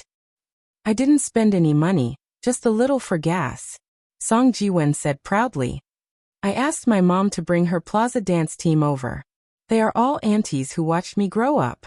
That's enough, right? Later, I have to drive them back. The car, a brand new school bus with a yellow logo. Song Jiwen had discussed it with Chen Anlin. Although buying a car cost a few 100,000 yuan, since the dojo was going to the middle to high-class students' business, they had to improve on the service, to give the parents reassurance that they would send their children safely, send their children home safely. Now that the car was bought, the driver wasn't there yet. Therefore, Song Jiwen acted as the driver on the weekends to pick up the aunties. If Song Jiwen hadn't said anything, Poplar Fruit wouldn't have noticed that Lu Suqin had also come over. She was holding Chen Anlin's hand and asking questions, making the little girl's ears turn red. Oh no! My godmother is here too. Poplar Fruit pulled Song Jiwen and blocked Fong Beibei's figure. He muttered to Fong Beibei. Then he glared at Song Jiwen and said, Why didn't you say so earlier? Sigh, sister-in-law, it's okay. Song Jiwen laughed and said, Look, isn't little Chili fine too? He had forgotten that he was so excited after successfully pulling his mother's team over that he didn't even tell Chen Anlin. Now, Chen Anlin was feeling very awkward and helpless. How can this be compared? Poplar Fruit retorted, She's not in a relationship with you. She'll be fine later. But the baby isn't ready to see my family yet. If godmother sees it, she'll send the photo to my mother's phone. Fong Beibei hugged Poplar Fruit's hand, and was a little nervous. Poplar Fruit could feel that Fong Beibei's palm was sweating. Then what should we do? Song Jiwen scratched his head and said, Why don't I cover for you and you guys retreat first? Often, conflicts came from within the people. Before Song Jiwen's voice died away, Kiki jumped out from Poplar Fruit's side happily as if she had discovered a new continent. She screamed, Grandma, Grandma, Kiki and Sister Beibei are here to see you. When the little girl saw Grandma Lu, she immediately remembered what she had asked her before. Before he could dodge, Poplar Fruit saw his godmother, Lu Suqin, let go of Chen Anlin and walked towards them with a smile. Fong Beibei shyly and nervously hid behind Poplar Fruit like an ostrich, hiding her head behind Poplar Fruit's back. It felt like she was deceiving herself. Needless to say, Fong Beibei was pulled aside by Lu Suqin and whispered to her. Poplar Fruit couldn't save his girlfriend from her hands. Looking at Fong Beibei's sad eyes, he couldn't help her even if he wanted to. On the other side, Chen Anlin secretly gave Song Jiwen a flying kick to stabilize his mood. He organized the group of aunties to start exercising. Of course, Song Jiwen played an important role in organizing them. Tai Chi dance. Let's call it Poplar Fruit's health Tai Chi dance that he figured out by combining Tai Chi with square dancing. Poplar Fruit had already taught it to Chen Anlin. This dance was very simple. For Chen Anlin, it didn't even take half an hour to learn it. Therefore, Now it was Chen Anlin who was leading more than 20 aunties to exercise. Unlike the quiet old man who usually practiced Taiji fist, Song Jiwen chuckled and turned on the loudspeaker next to him. The rock and roll tune of the hottest ethnic trend immediately attracted the attention of the people around him. Aunties, before we learn the movements one by one, please watch me demonstrate it once. Chen Anlin bowed with a smile on his face and began to gesture. The movements were really simple. There were only a few steps that everyone was familiar with and were relatively easy to learn. Poplar Fruit only organized them organically and used the agility of Tai Chi to match the melody of the current popular square dance, the hottest ethnic trend. Chen Anlin had done research on integrating Tai Chi into street dancing. Now she could perform the whole set of Tai Chi dance effortlessly. Moreover, with her graceful posture and beautiful and cute face, the performance of the dance movements was several times better than what Poplar Fruit had taught her before. Not bad, not bad. It's very nice. This is the first time I've seen this type of square dance. It's very fresh. And the movements are very beautiful. If it's a performance on stage, it might even win a prize. The aunties smiled and were not stingy with their applause. Although there were only 20 or so people, the sound was so loud that many of the surrounding dancing aunties could not help but look over. Chen Anlin let out a sigh of relief. She was not tired. She was too nervous. After all, she used to be very resistant to this kind of performance, and this kind of tacky square dance. Even if she stood up bravely, she was worried that she would embarrass herself. The auntie's encouragement finally made Chen Anlin feel relieved. Moreover, there was a hint of joy. This was something that she had never experienced in all her years of Tai Chi. Lu Suqin did not know if it was because she was affected by the atmosphere here. She also pulled Fong Beibei, whose face was red, and joined them to learn Tai Chi. Let that guy go just like that? How is that possible?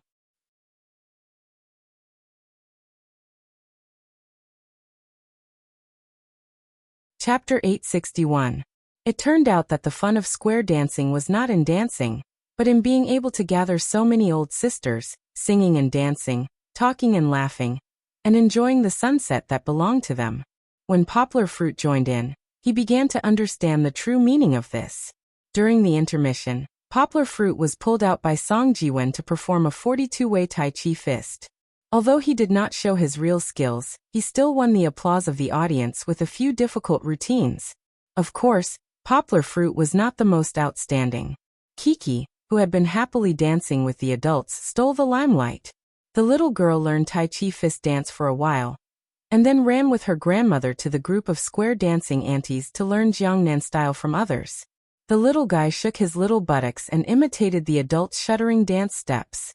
It was so adorable that everyone was mesmerized. She became the favorite of the aunties, and even they could not dance properly. They were amused by Kiki's cuteness and laughed until they bent over. Song Jiwen sighed with emotion and concluded, "Lao Gua, you don't have to come next time. Just send Kiki here. One Kiki is worth thousands of Poplar Fruit." Although it was full of malicious ridicule, Poplar Fruit still smiled and did not feel ashamed. Anyway, he just took it as a compliment to his daughter. "What did Godmother say to you?" On the way back, Poplar Fruit asked Fong Beibei. "Nothing." Fong Beibei blushed and said, "Auntie told me that your mother is very nice and easy to get along with. She told me not to be afraid." Su Jinfeng probably nagged a lot in Lu Suqin's ear. The two elders were worried about Poplar Fruit's marriage. The older generation could not keep up with the ideas of the modern people, and the concept of marriage in the city was not so traditional. Lu Suqin painstakingly persuaded gently, and was worried that she would scare my daughter. "Well, don't worry. My mother is indeed a good person. She's very easy to get along with." Poplar Fruit smiled. "My family members are very good. They definitely won't bully you. I'm afraid you're the one bullying me." Fong Beibei giggled and said, "Auntie already said that if you bully me, just tell her. I have Auntie backing me up. I'm such a good person. Why would I bully you?" Poplar Fruit complained. Back home, Fong Beibei had to go to class. Although it was Saturday, she still had a special class to attend today. Moreover, the teacher was quite strict, so attendance was inevitable. I'm going to class. What are you going to do? Feng Beibei was already out the door with her small backpack. She suddenly turned her head and asked while blinking her eyes. Nothing. Poplar Fruit innocently said. I don't have any plans today. I'm just going to stay at home and write my thesis. However, Feng Beibei did not believe him. She suspiciously looked at Poplar Fruit. Her heart was very hesitant. She felt that after she left, he would not do anything bad. Last night, Poplar Fruit woke up in the middle of the night and wore such a scary outfit. This scared Feng Beibei. No. You can't leave my sight today. Feng Beibei firmly said. She closed the door and came back. I'm not going to class. I have to watch you. Poplar Fruit bitterly smiled and said. I already swore to you.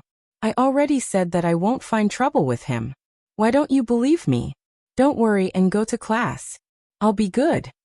But Feng Beibei was unmoved. Then what should I do? You can't always follow me, right? Poplar Fruit waved his hand and said. Feng Beibei hesitated and said, but I'm worried. I have to observe you for 2 days. I can't let you take any risks. All right. Poplar Fruit could only stand up and began to pack his things. Where are you going? Feng Beibei nervously stood up. Poplar Fruit walked in front of her, pressed her forehead and affectionately rubbed her head. He smiled and said, I'm going to send Kiki to my teacher's place. Then I'll accompany you to class. Feng Beibei blushed. She hugged her small backpack and asked in disbelief, Really? She knew that Poplar Fruit was not like other boys. He did not know how to do romantic things like giving his girlfriend gifts every few days, or taking his girlfriend to a romantic restaurant for dinner. Poplar Fruit only knew how to live a simple life with her. This was quite good. For Feng Beibei it was enough. But who wouldn't think that it was too romantic? Poplar Fruit's occasional romance, although accompanying his girlfriend to class was not considered romantic, also gave Feng Beibei a big surprise. Walking on campus, Feng Beibei held Poplar Fruit's hand. She always felt that she was walking on clouds and mist. She was so happy that her whole body was about to float. Today's elective class was called Functional Analysis. And it sounded like a very advanced class. The professors who came to class were all balding.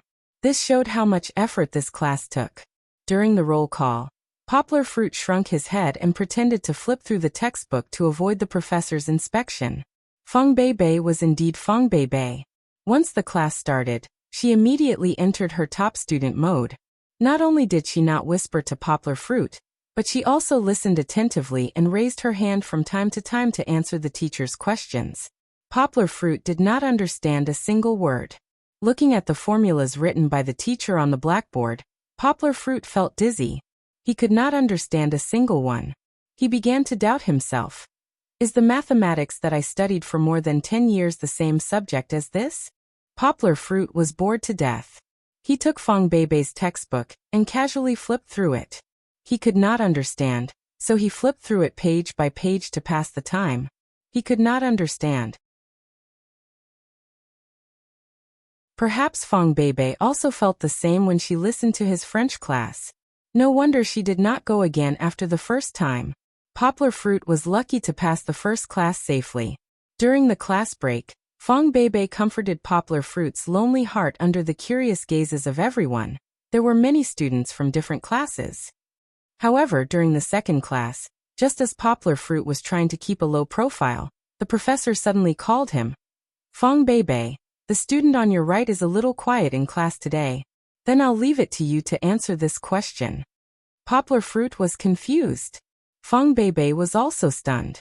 She did not know that it was because she was too active that Poplar Fruit was exposed to the teacher. Poplar Fruit swallowed and stood up nervously. Although he could not understand, it did not hinder Poplar Fruit's memory, so he knew what the teacher was asking. Prove that all the b points of a measurable bounded function on xx coordinates are a dense subset of xxxxx. XX was a string of symbols that Poplar Fruit could not understand. Poplar Fruit made up his mind and read. If the closure of A is equal to X, then A is dense in X, or A is dense in X. A is dense in X. What did this mean? Poplar Fruit did not know either. He just read out the places in the textbook where he had seen a dense subset. Fang Beibei opened her mouth and smiled bitterly as she took back the small piece of paper in her hand. Okay. This student is very serious about the preparation before class. The professor waved his hand and gestured for Poplar Fruit to sit down. He smiled and said, "However, it seems like you can't keep up with the class. You have to learn from the girl on your left and do more proof questions to integrate the content you learned in class." After fooling around, the professor let the sweaty Poplar Fruit go. Poplar Fruit sat down and looked at Fang Beibei with fear lingering in his heart. However, he saw that Fang Beibei was trying to hold back her laughter. This girl. Poplar Fruit thought gloomily. No, I can't come here again. Mathematics is fiercer than a tiger. That you're tuning in to the Li Mei's Wuxia Whispers YouTube channel. We're so grateful for your support, and don't forget to subscribe to join us on this incredible journey through captivating stories. Your generosity through donations truly makes a world of difference, as it's the primary source of revenue that allows me to expand and enhance this channel for you. Thank you from the bottom of my heart for being a part of this adventure.